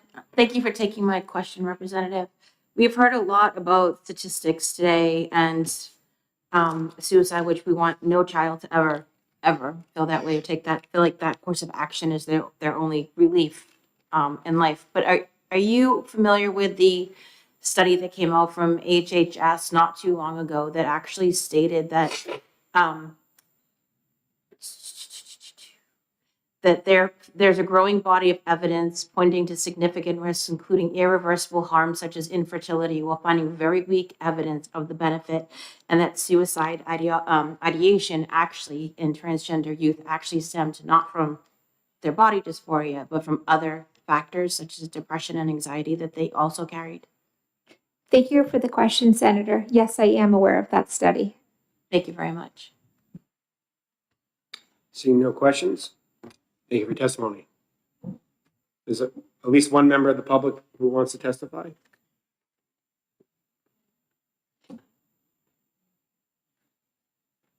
This is the last witness, so if there's anyone else present, please raise your hand. You're up. Just turn your mic on. There's a button right here in front of you. This one? Thank you. I'm nervous. Mr. Chairman, distinguished members, my name is Alexandra Lyashenko. I'm a Ukrainian Orthodox Christian mother who fled Soviet-style control with my husband in 2007 for America Promise for Freedom. We built life here. Our daughter was born in Kiev. In June 2024, California Shasta County CPS seized our 15-year-old virgin daughter, not for abuse or neglect, but solely because we refused to affirm her sudden desire to transition. There were no early signs for gender confusion. She was a happy, hyperactive, but bullied girl in Massachusetts until she went through severe bullying in school by teachers and peers, unaddressed. We fled harassment in 2021, moving to Redding, California, Shasta County. In 2022, amid Ukraine aid work, she struggled socially, turned to Discord app, and self-diagnosed multiple mental disorders. A 2023 well child visit led to psychiatrist Dr. Sager, who self-referred her to Children's Legacy Center NGO. They pushed trans ideology, heavy psychotropics, and online grooming via allegedly online predator on Discord. She cut her hair. She called her a male name since February 2024. I didn't know about it. My daughter bound her breast, demanded testosterone. We accommodated everything to reasonable limits. We changed our language, but we said no to hormones. On May 29, 2024, Dr. Sager called CPS. June 3rd, a stranger in black midi dress without warrant or police took her. Our 15-year-old virgin was placed with glitter foster parents who roomed her virgin with their son to share a bunk bed with her, underfed her, gave her birth control, pushed trans ideology, blocked our contact, and coached her to testify against us. We are fit parents.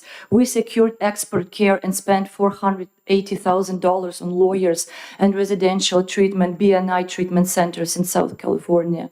On February 3rd, 2025, the dependency judge Bigelow dismissed every allegation of emotional abuse. Still, they kept us in CACI, Children's Abuse Emotional Index, with no prior cause and no investigation. They took her just like that.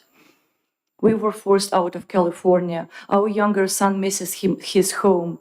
Prolonged separation worsened our daughter's borderline personality disorder, among others, and turned her against us. This violates Welfare and Institution Code 300 and 361, requiring clear and convincing evidence of substantial danger. It erases parental rights protected by Wisconsin versus Yoder and Troxel versus Granville. Thank you for the mentioning of Mirabella case, a huge win. No investigation, no proof, only ideology. We support this bill because it stops CPS from removing children from loving, non-affirming parents like ourselves without proven abuse. It demands clear and convincing evidence, bans ideology-based removals, and restores parental rights over medical decisions. The HHS reports confirms confirm that both of them. No reliable evidence supports sex rejecting interventions for minors. We cannot repeat Soviet, Nazi, or Nuremberg era family destruction and medical experiments on the vulnerable. No parent should beg the state to return their child for refusing irreversible harm. Thank you. I'm ready for your questions. Seeing no questions, thank you for your testimony. Thank you. Thank you so much. Are there any members of the public present who wish to testify in regards to HB 1376? Seeing none, we'll now close the public hearing, HB 1376, and the committee will be in recess for 15 minutes.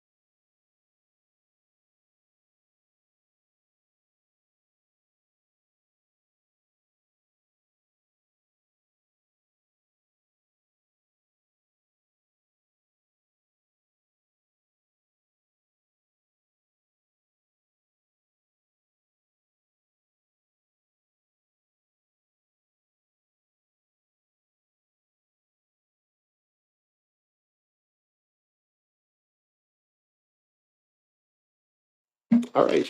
Hello. The committee's now out of recess. Are you doing anything with the fiscal note? Is there a motion to go into executive session? Second. All in favor? Aye. You guys have it. We're now in executive session. First one we'll look at is HB 194.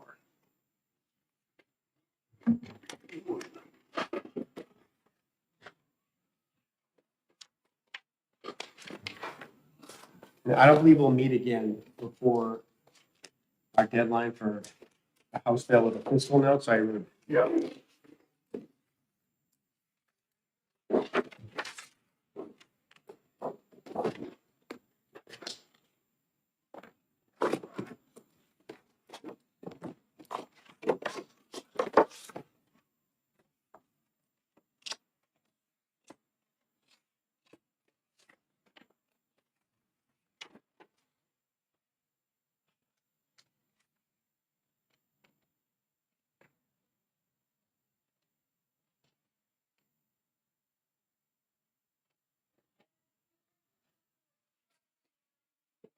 Any discussion?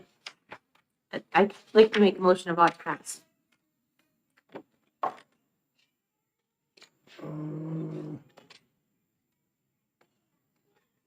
That's how I get you to tip your hand. What's that? That's how I get you to tip your hand. Yeah. Well, I'll second the motion just for purpose of discussion.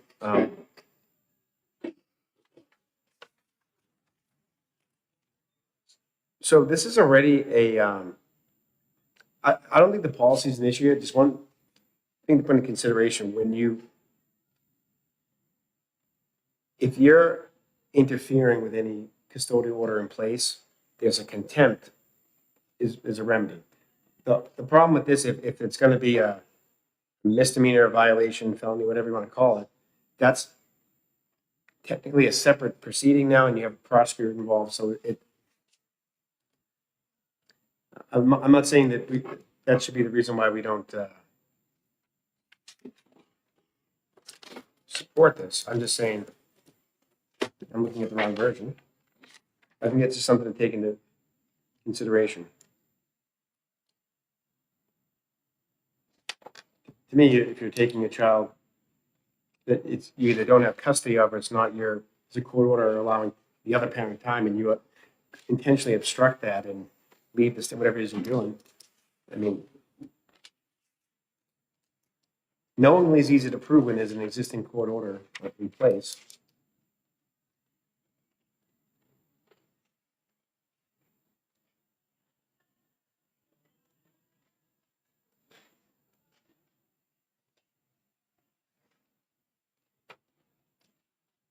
I have to, I don't know about you guys, but I get emails and messages from constituents all the time when it comes to family court, and the parenting plans not being followed, visitation not being followed. And if we can do something that makes, put some teeth behind having to obey those parenting laws, it's going to make it easier for the kids, right? They're not going to be caught in the middle. And that's really, my concern is always about getting the kids caught in the middle of these battles. Yeah, unfortunate that it happens. I'm just saying.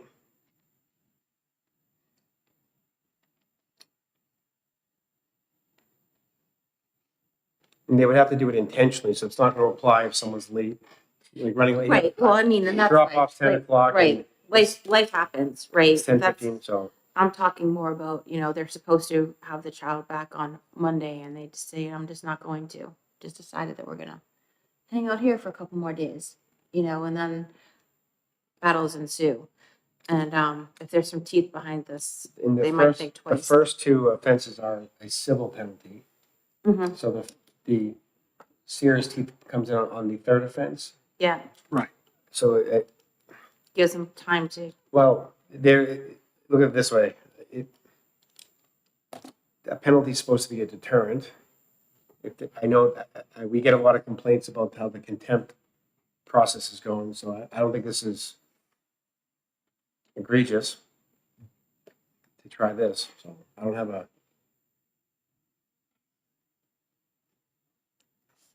I don't feel strongly, but at the same time, I don't think it's. And I see that you're a co-sponsor. I am a co-sponsor. Do both.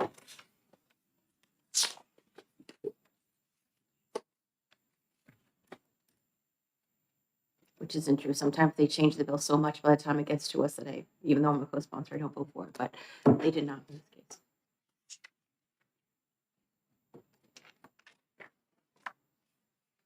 And there is a higher burden of proof in the criminal case than the civil case. So you could have a gray area where you're found in contempt in the one court, but not guilty beyond a reasonable doubt in the other court. So it would have to really be a blatant situation in order for a prosecutor to be willing to take this up. What happens a lot when you have these disputes, people do call the police, and the police say it's a family court matter. I understand why people do it. It's not a bad idea to do it if there's a conflict. They're not, the police don't want to be in a situation where we're interpreting this order. They're not going to police that. This kind of gives them a.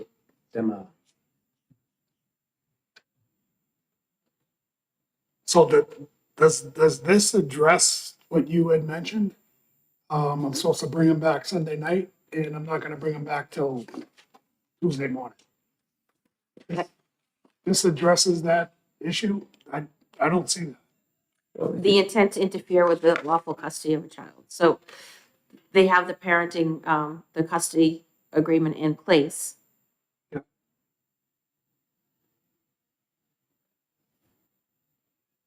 But you're also, what you're doing is you're trying to persuade the child to do it too. Right. Right. So this isn't like the soccer game ran late and you're showing up past the time. There's some coercion and you're trying to put the child in the middle of the situation. Yeah, a lot of times it's not up to the child if, I'm supposed to bring them back on Monday or Sunday night, and I decide to bring them back Tuesday morning. It's not the child's Right. decision, it's my decision. Right. And I'm at fault Right. for that.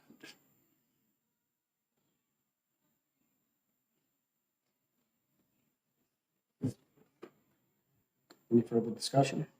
No. So the motion is ought to pass. All in favor? Aye. Aye. You have to ask opposed. All opposed? No. I wasn't sure. Move for consent?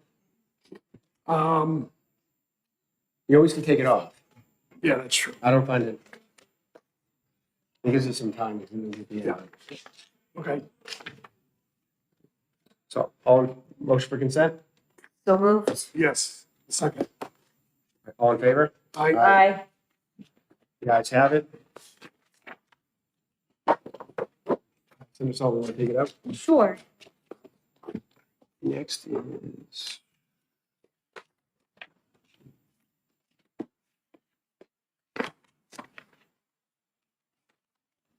HB 257, relative to the crime of endangering the welfare of a child or incompetent.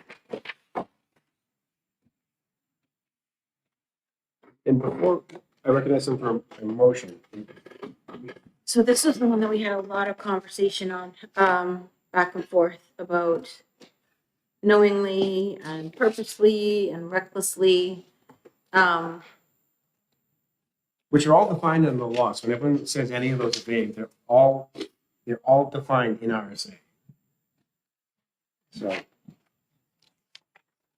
and if the term reckless or knowingly was ever deemed to be vague, you would have hundreds of RSAs deemed unconstitutional. I'm just saying, like, that argument to me is not holding any water. With that being said, I've had a chance to speak with some of the interest groups here, or people interested.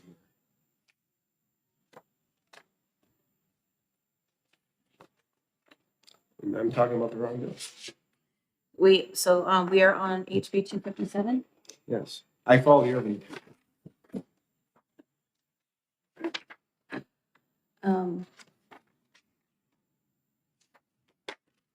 Is there any discussion on this?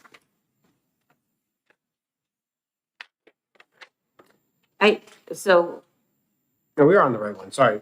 We were looking at as introduced, it was as amended by the House. yeah, the Um, little one, the little bill. I would just say because I understand both sides here. Yeah. The police do have a hard time enforcing this, but at the same time, even lining up purposely, knowingly, creates some other confusions in other area laws, so that wasn't as simple as a fix as a little one. So I would recommend the interim study for I'll now. second that. If that is a motion, I shall second, I'll make the motion interim study. and I shall I'm good with second. that. Oh, any further discussion? Nope. All in favor of the motion of interim study? Aye, All opposed? The ayes have it. Move for consent. so moved. Second. All in favor of consent? Aye. You know, I'll take this one.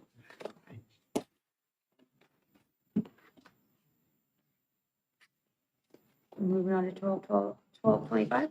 1225 it is. I'll take that one up.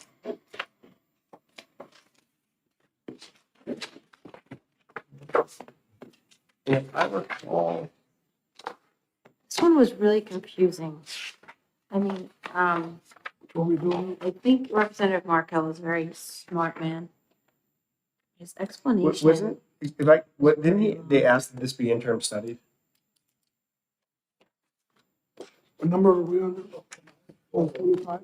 1225. Yeah. Okay, great.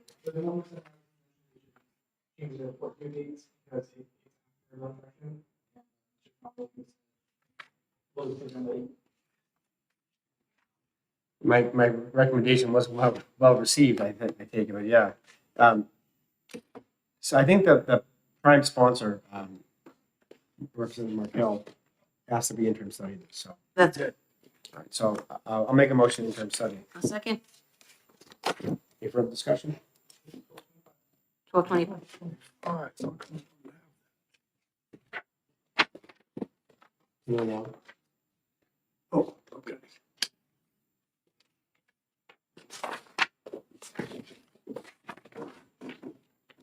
Okay, yeah. We still need a vote. So you, Yeah, I'm good with interim study. Yeah. right, the motion is for interim study. All in favor of interim study? Aye. All opposed? The ayes have it. Make a motion for consent. So moved. Second. All in favor? Aye. The ayes have it. It's on consent. And I could take this out if you want. So one, said along, we'll take it out. Thank you.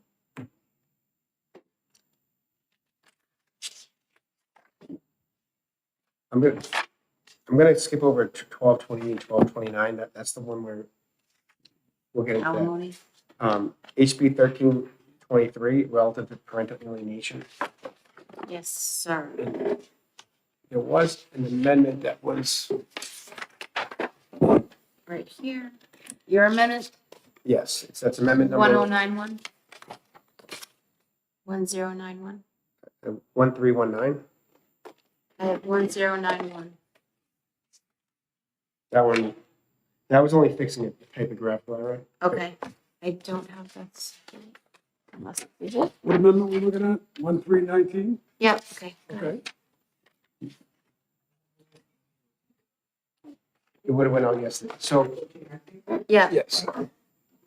so for the purpose of discussion, I'll make a motion to pass. You're going to introduce the amendment? And if my ought to pass a second. I will second. And at this time, I'll offer amendment number 2026-1319S. Just to cover what this does.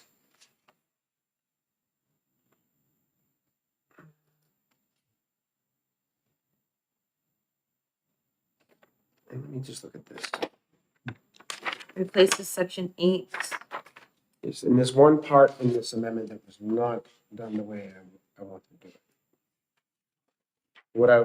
I can go through it with everyone. Okay, that'd be great. So if you go to the first paragraph where it ends with 169-C, Yep. Basically, it's saying it's not going to be considered parental alienation if you make a good faith report of abuse or neglect. And I did discuss this with the prime sponsor, and I discussed with some other folks. Basically, I added the 2 RSAs for abuse of restraining orders and any civil restraining order we have. So there's 4 of them. So it would reference those 4 RSAs on top of 169-C. This amendment doesn't actually do that. But give me one moment. It also, if you look where they have to make a finding under Roman numeral, it's Roman numeral 4. That's also on the first page. Yeah. It says they have to make a finding. The court would have to make a written finding. That's the only change that's making. Okay. Okay.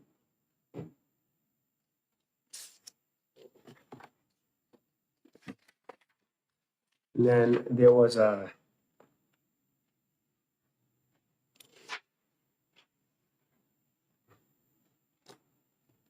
if you look on the second page of the written amendment, there was a typographical error that we basically fixed.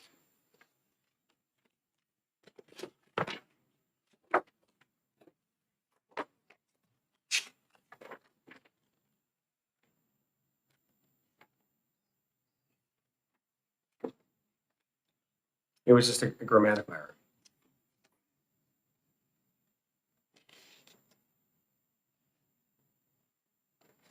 And I'm not sure why.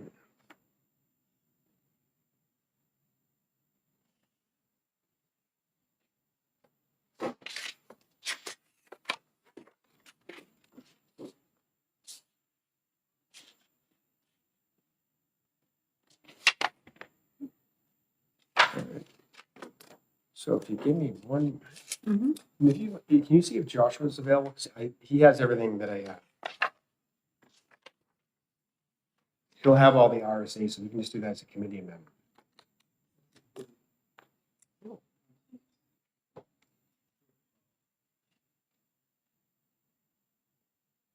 He's free at 12.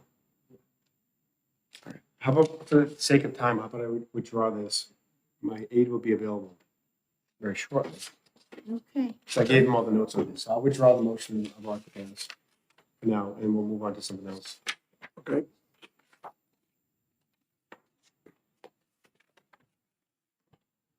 I just don't have those RSAs written down.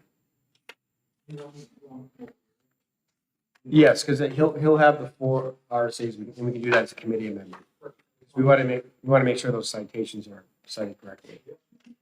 We're going to withdraw the amendment and withdraw the motion we want to pass, and we're going to just execute. So let's go back to. So we can go to 1228. And we'll also go to 12. We're in 1228, but just for the sake of our discussion, Senator Wong, this was the one. If you wanted to pass 1228 and you also really want to pass 1229, it amends the same. It creates a new subsection, but it creates a new subsection under the same RSA, so that one would cancel out the other. If you wanted to pass both, you would just have to merge them and then make the letters in Roman numerals line up correctly, which wouldn't be that difficult. So if you, this is again policy aside, so where it creates the 1220 would amend RSA 458:19-A by inserting paragraph 6 after paragraph 6 the following. So the new paragraph is Roman numeral 7. Yeah. You basically would just have to take the language of 1229 and make it Roman numeral 8. Put it under. If you wanted to pass both. I know we're not on 1229, but we should consider, if we want to pass both, we need to interim study one and then merge the other. Both of the bills of the have the same parent sponsor, so I mentioned that to him earlier. Yeah. So for the sake of our discussion, I think we should kind of hint towards 1229 as well. As for the policy in the 1228, I would support not to pass. I'll second. Okay. I mean, and I guess as difficult as that explanation was, luckily these are very straightforward bills. Right. So in respect to 1229, would we want to do a committee amendment and basically make that Roman numeral 7?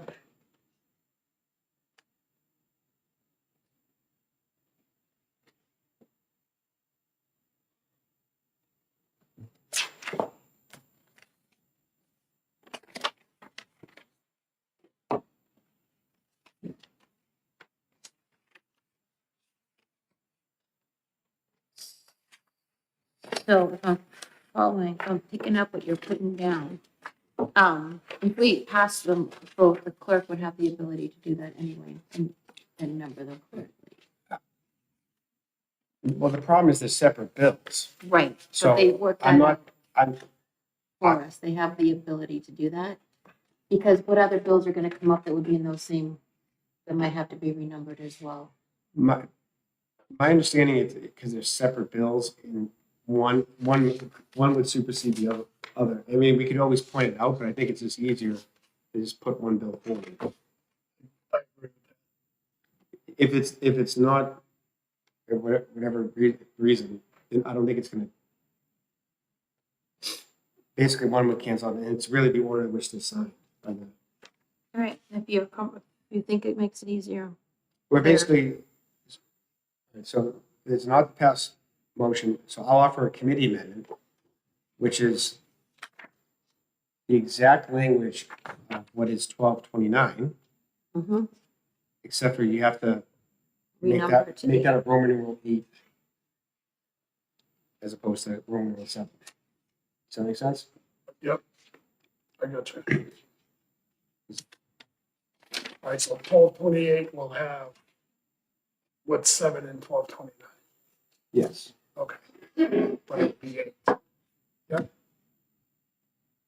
Were we already in, wait, were we already, We're in 1228, right, so we can't, but there's no way for me to reference 12, if I reference another bill, I'm referencing it for the purposes of what the committee amendment would be. okay. And then when we get to 1229, we'll address it. But it's not to pass on 1228, Yes, and I'm offering a committee amendment that is the exact language no, of, wait, no, 12, 20, 13, 23. no, we left 1323 to go to Oh, okay. 1228. All right, And basically, you just take this.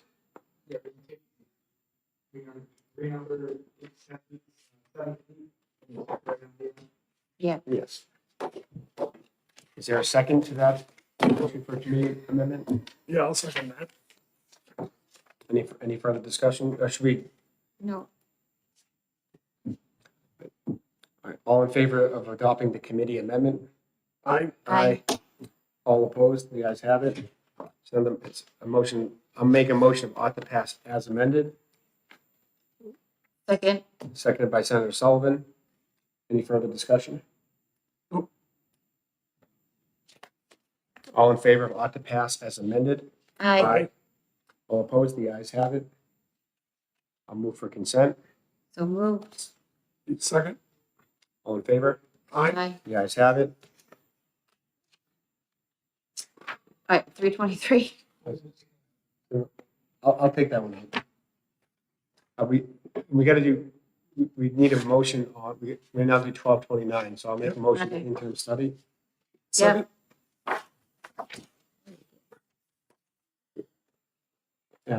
All in favor of the motion of interim study on HB 1229? Aye. aye, All opposed? The ayes have it. I'll make a motion to move for consent. second, Seconded by Senator Sullivan. All in favor of consent? aye, All opposed? The ayes have it. I'll take that one out. You always take the ones on consent. I'm kidding. You know, my explanation I thought was a lot simpler when I went over it myself, and then No, it is simple. All right, so now we on 1323? Are we back on to 1323? I'm gonna wait for Joshua on that because Okay, I just need that's some. fine. He might be in. That's good. Right over there. So 1460?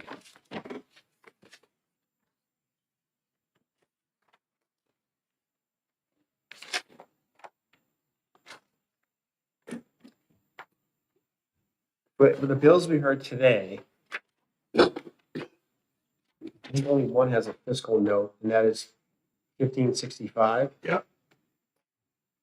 So I think we should just do that one for now. Okay. Before we entertain motion,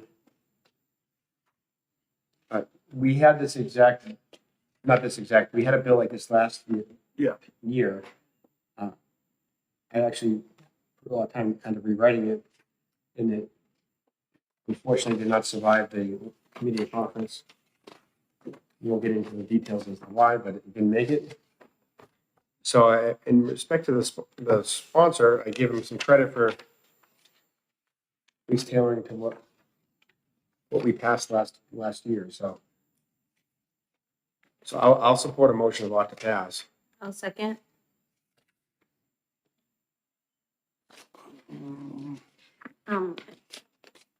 Can I speak to that? Yes. We heard some scenarios on that bill that wouldn't have anything to do with this bill.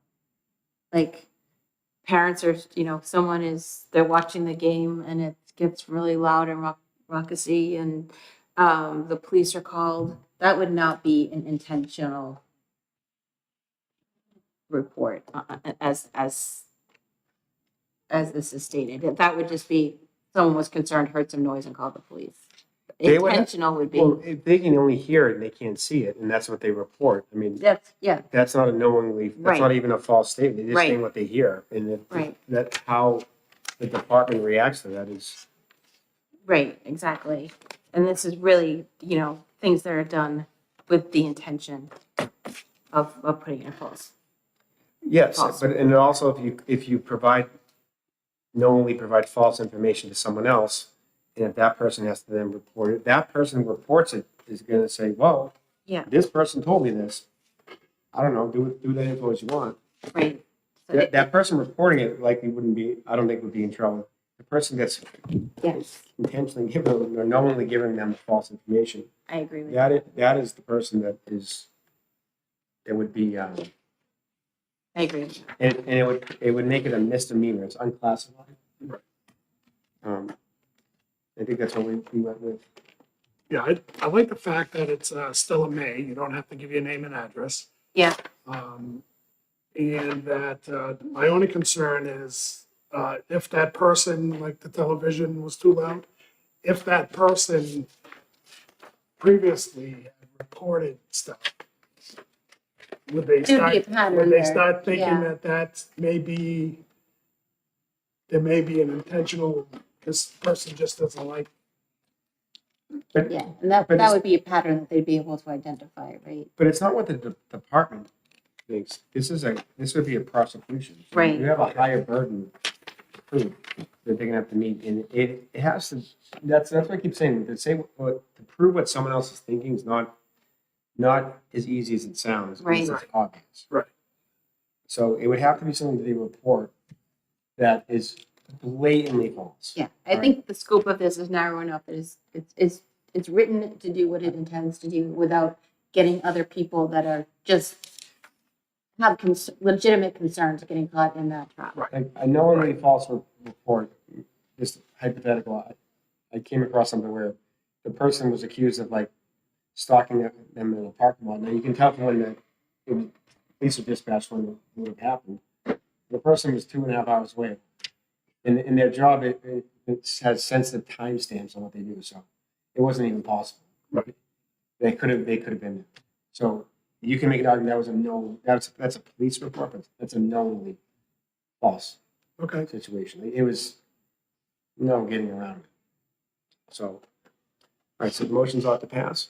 Mm-hmm. Yep. All in favor of the motion ought to pass? Aye. All opposed? The ayes have it. I'll move for consent. I'll second. All in favor? Aye. Aye.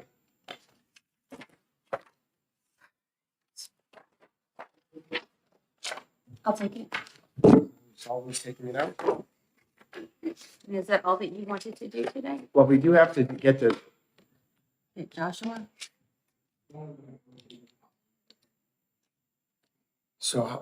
we can go to recess. We can recess, we can lunch, we can So come back. we'll be in recess, the committee will be in recess for 5 minutes. 5 minutes?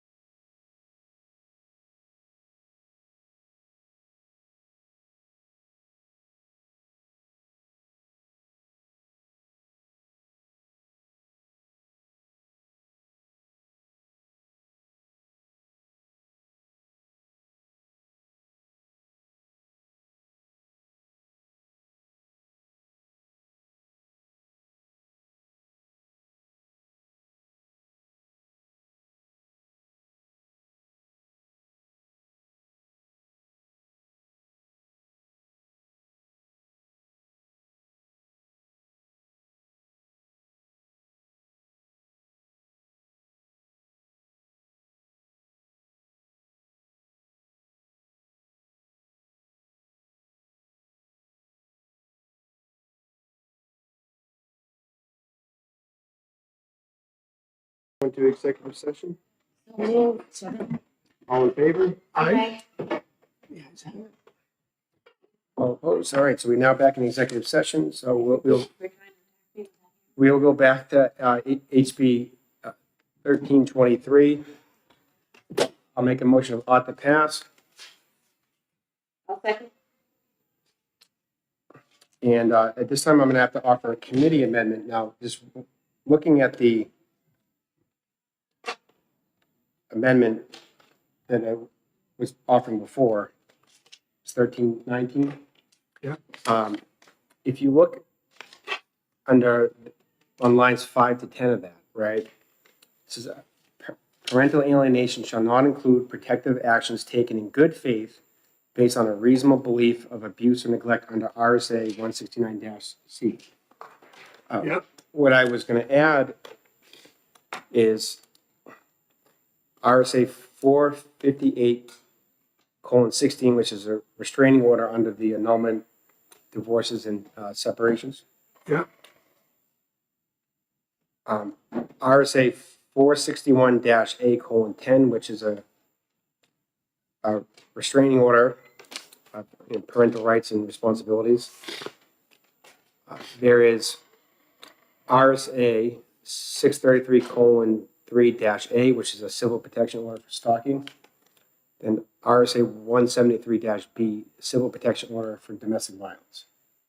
So where it says parental alienation shall not include a protective order, protective actions taken in good faith based on a reasonable belief of abuse or neglect under RSA 169-C, I'm just going to continue that sentence. Okay. Yes. Okay. And where in your text are we? 10, line 10, right after 169C, he's going to add these 4 So, statutes. Protective action, comma. so you can put a restraining order. Is that the end of the sentence? No, I'm going to add any restraining order or any petition for a restraining order. So a petition for any restraining order, pursuant to RSA 458:16. Where is that? All right, I'm going to start over. So where that sentence ends on page 10, I'm going to continue that sentence and put a comma. Line 10. Line 10, to put a comma. And then you want to say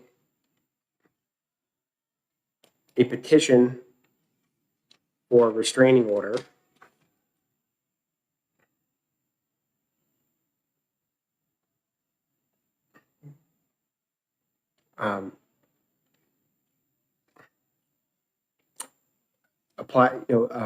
filed in good faith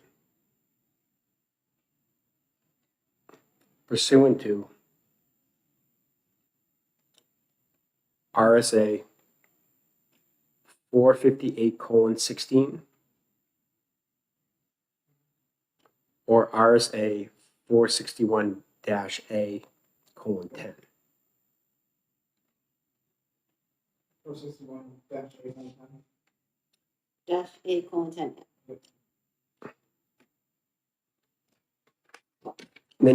I think we got to put an and. A petition filed in good faith for a civil protection order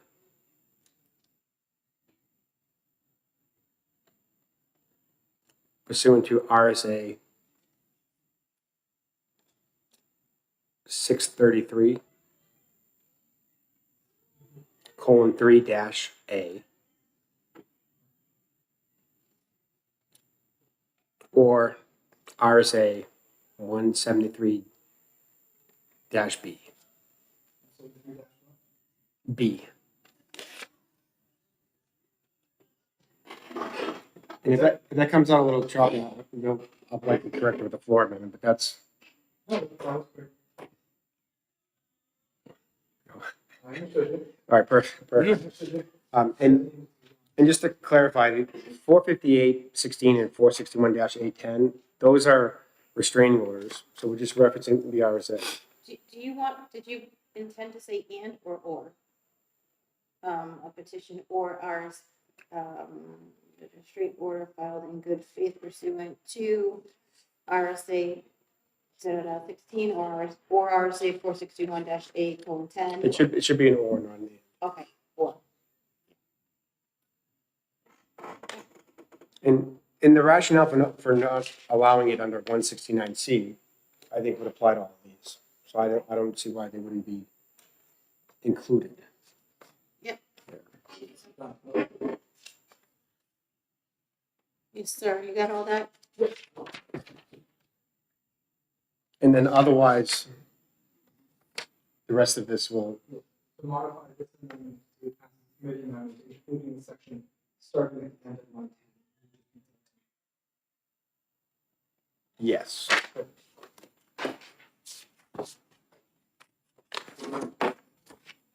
Thank you, Nicole. Is there any other discussion on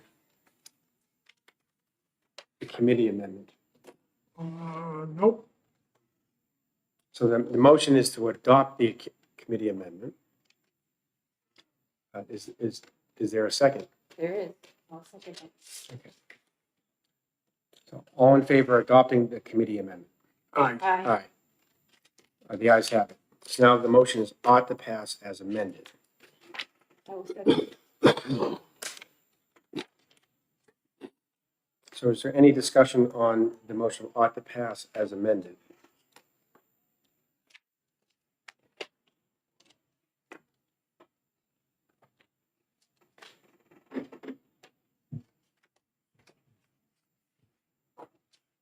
So again, it's a written finding now. We kept the legal fees provision in. That was something that we discussed, kind of brought during the hearing. There's some concerns this would be recognized, weaponized Senator Long, which I take the position all litigation can be weaponized. Right. As someone who works in that field, I assure you that, you know, the process is used as it is. But the legal fees provision, you know, whenever, if you have a client that wants to bring that, raise that issue, if they are represented, their lawyer should advise them, well, you know, by raising this, you have to pay their legal fees if you don't prevail. Right. So you would hope it was only brought up if it was a really strong case. So I think the legal fees provision would serve as a deterrent. At least I kind of went back and forth on that a few times. I was kind of, I went one way, the other way, but ultimately, you don't want people just raising this because they can. I think that's, so I think the legal fees provision may is the prevailing party would get the legal fees. So Right. there was language, I think from one of the attorneys testified, suggesting it was an affirmative defense. It's not an affirmative defense by definition or in its application. But you don't want to raise in a defensive manner just because you can. So that's not the point of this. So I think when there's cases of alienation, it's one of those things that it's really blatant conduct by one parent who's kind of manipulating the child in a way that they'll harms the relationship with the non-alienating parent. In my experience, professional experience, I've only worked on these where there was even an expert witness. It was actually the abusive parent who was the one causing the alienation. So it was the reverse context. So Right. that's why I support a policy like this. I think it's actually helpful because at the time, this was going a few years back, but not everyone was accustomed with what this policy was. And it wasn't defined in law. So. Can I get a clarification on the, on page 2, starting on line 26, attorney fees and contempt cases? Is this both parties, the prevailing side could get attorney fees? Only the prevailing party would get attorney fees. So if you file the motion to, make the finding of parental alienation, Yeah, and you're successful, yeah, you would be awarded attorney fees. If you're not successful, well, then you're not, the other side would get them. Okay. And that was the ultimate rationale for leaving it in, was people aren't gonna just raise this because it's something they can. Right. I mean, we don't, legal fees in these type of cases for contempt is because you're violating order in divorces or separations. They sometimes will do that, award legal fees when only one of the parties actually earns an income. So, Right. which that's kind of been a long practice, but so the expanding that, I was a little hesitant, but. Good. One other change that it did, by the way, we already adopted the committee amendment. No, we'll cross that later. Is there any further discussion on the ought to pass as amended? I'm seeing none. All in favor of ought to pass as amended? Aye. Aye. Nay. All opposed? All right. The motion passes 2-1. We'll leave this one. Is there an objection to consent? No, I mean, I'll have more discussion with other people to see if I want to pull it off. So we'll make a motion for consent. I'll second. All in favor of consent? Aye. Aye. The ayes have it. It's on consent. I'll take this. Okay. Is there any other bills that have a fiscal note?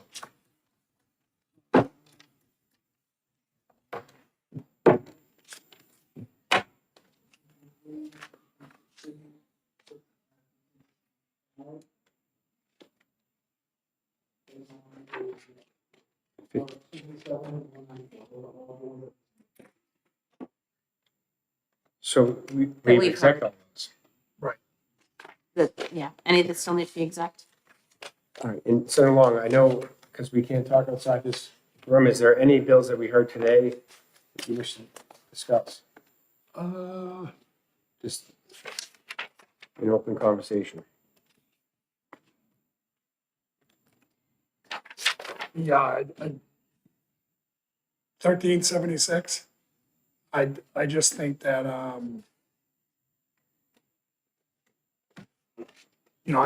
I just think that we're putting in a statute that doesn't really affect the state of New Hampshire, and I think that's going to be problematic.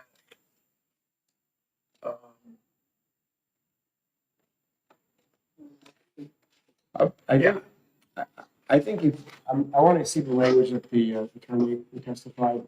I'd like to see what he has to provide us. That was happening in other states, right? Yep.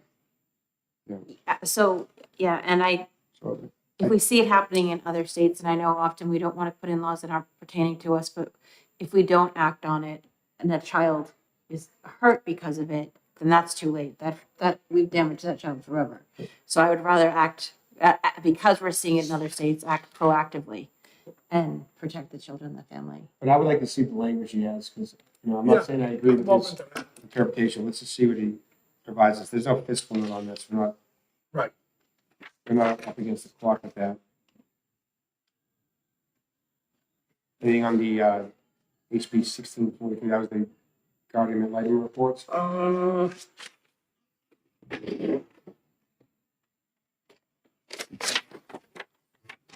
Yeah, I didn't seem,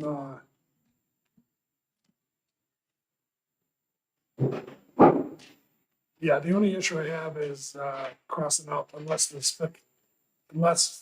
specifically requested by the court. Guardian ad litems aren't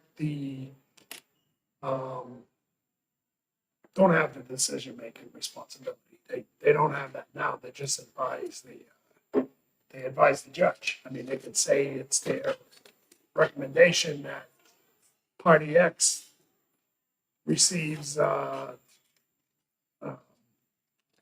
They make a recommendation. My only issue with GALs in general, and it's not anything against what they do, but they're asked to investigate something on behalf of the court to assist the court in who's the fact finder. Right. If you have an expert witness, they can't generally testify to the ultimate issue in the case. They can offer an opinion, right? But they don't say you should do this. They can offer an opinion on stuff to help the fact finder understand something.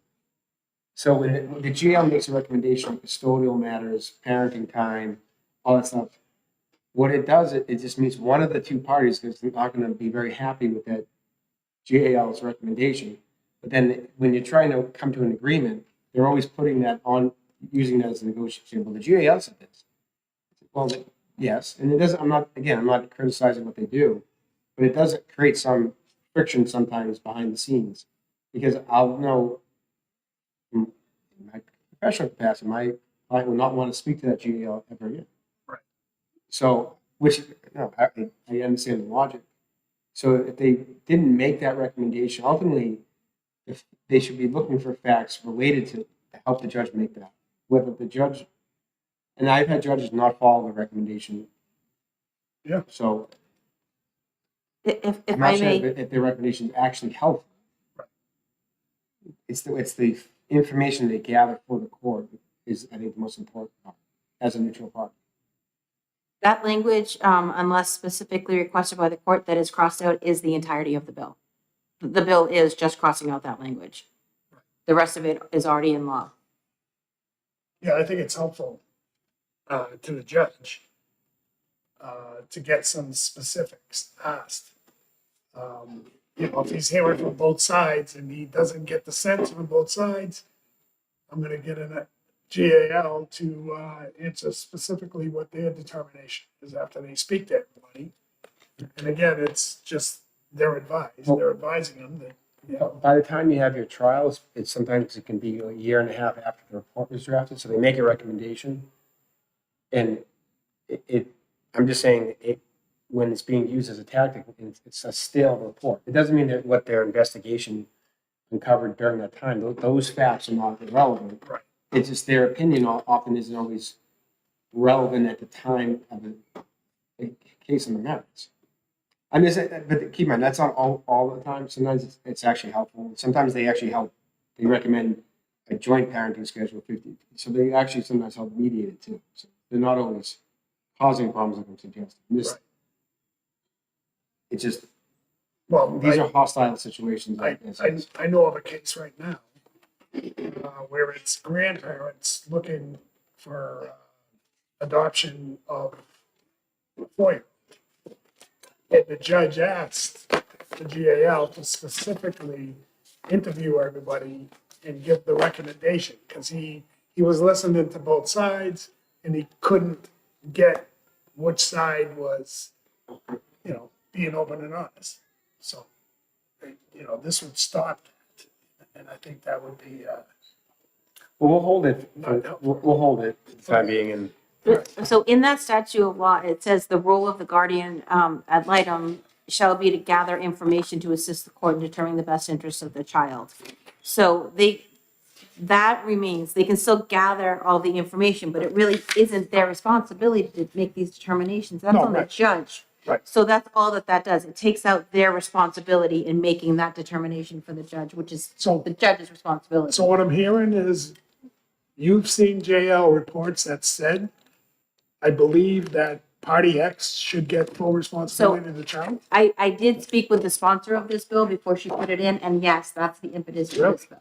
Okay. Yeah, there was way too much control being given to them, and it shouldn't be within their duties to do and that. keep in mind, the GL's not doing anything wrong. That's what the court asked them to do. Right, but So it's not So the supposed to GL be. isn't they're not Yeah. being critical of what they do.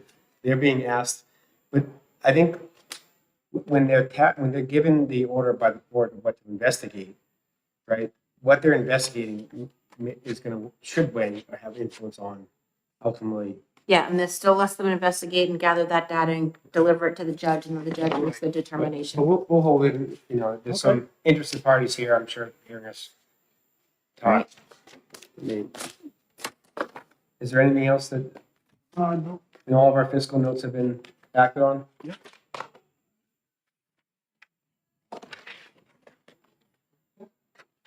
All right. Is there a motion to come out of executive session? So moved. Second. All in favor? Aye. The ayes have it. Motion to adjourn. Yes, sir. All in favor? Aye. Ayes have it. Please adjourn. Thank you, gentlemen.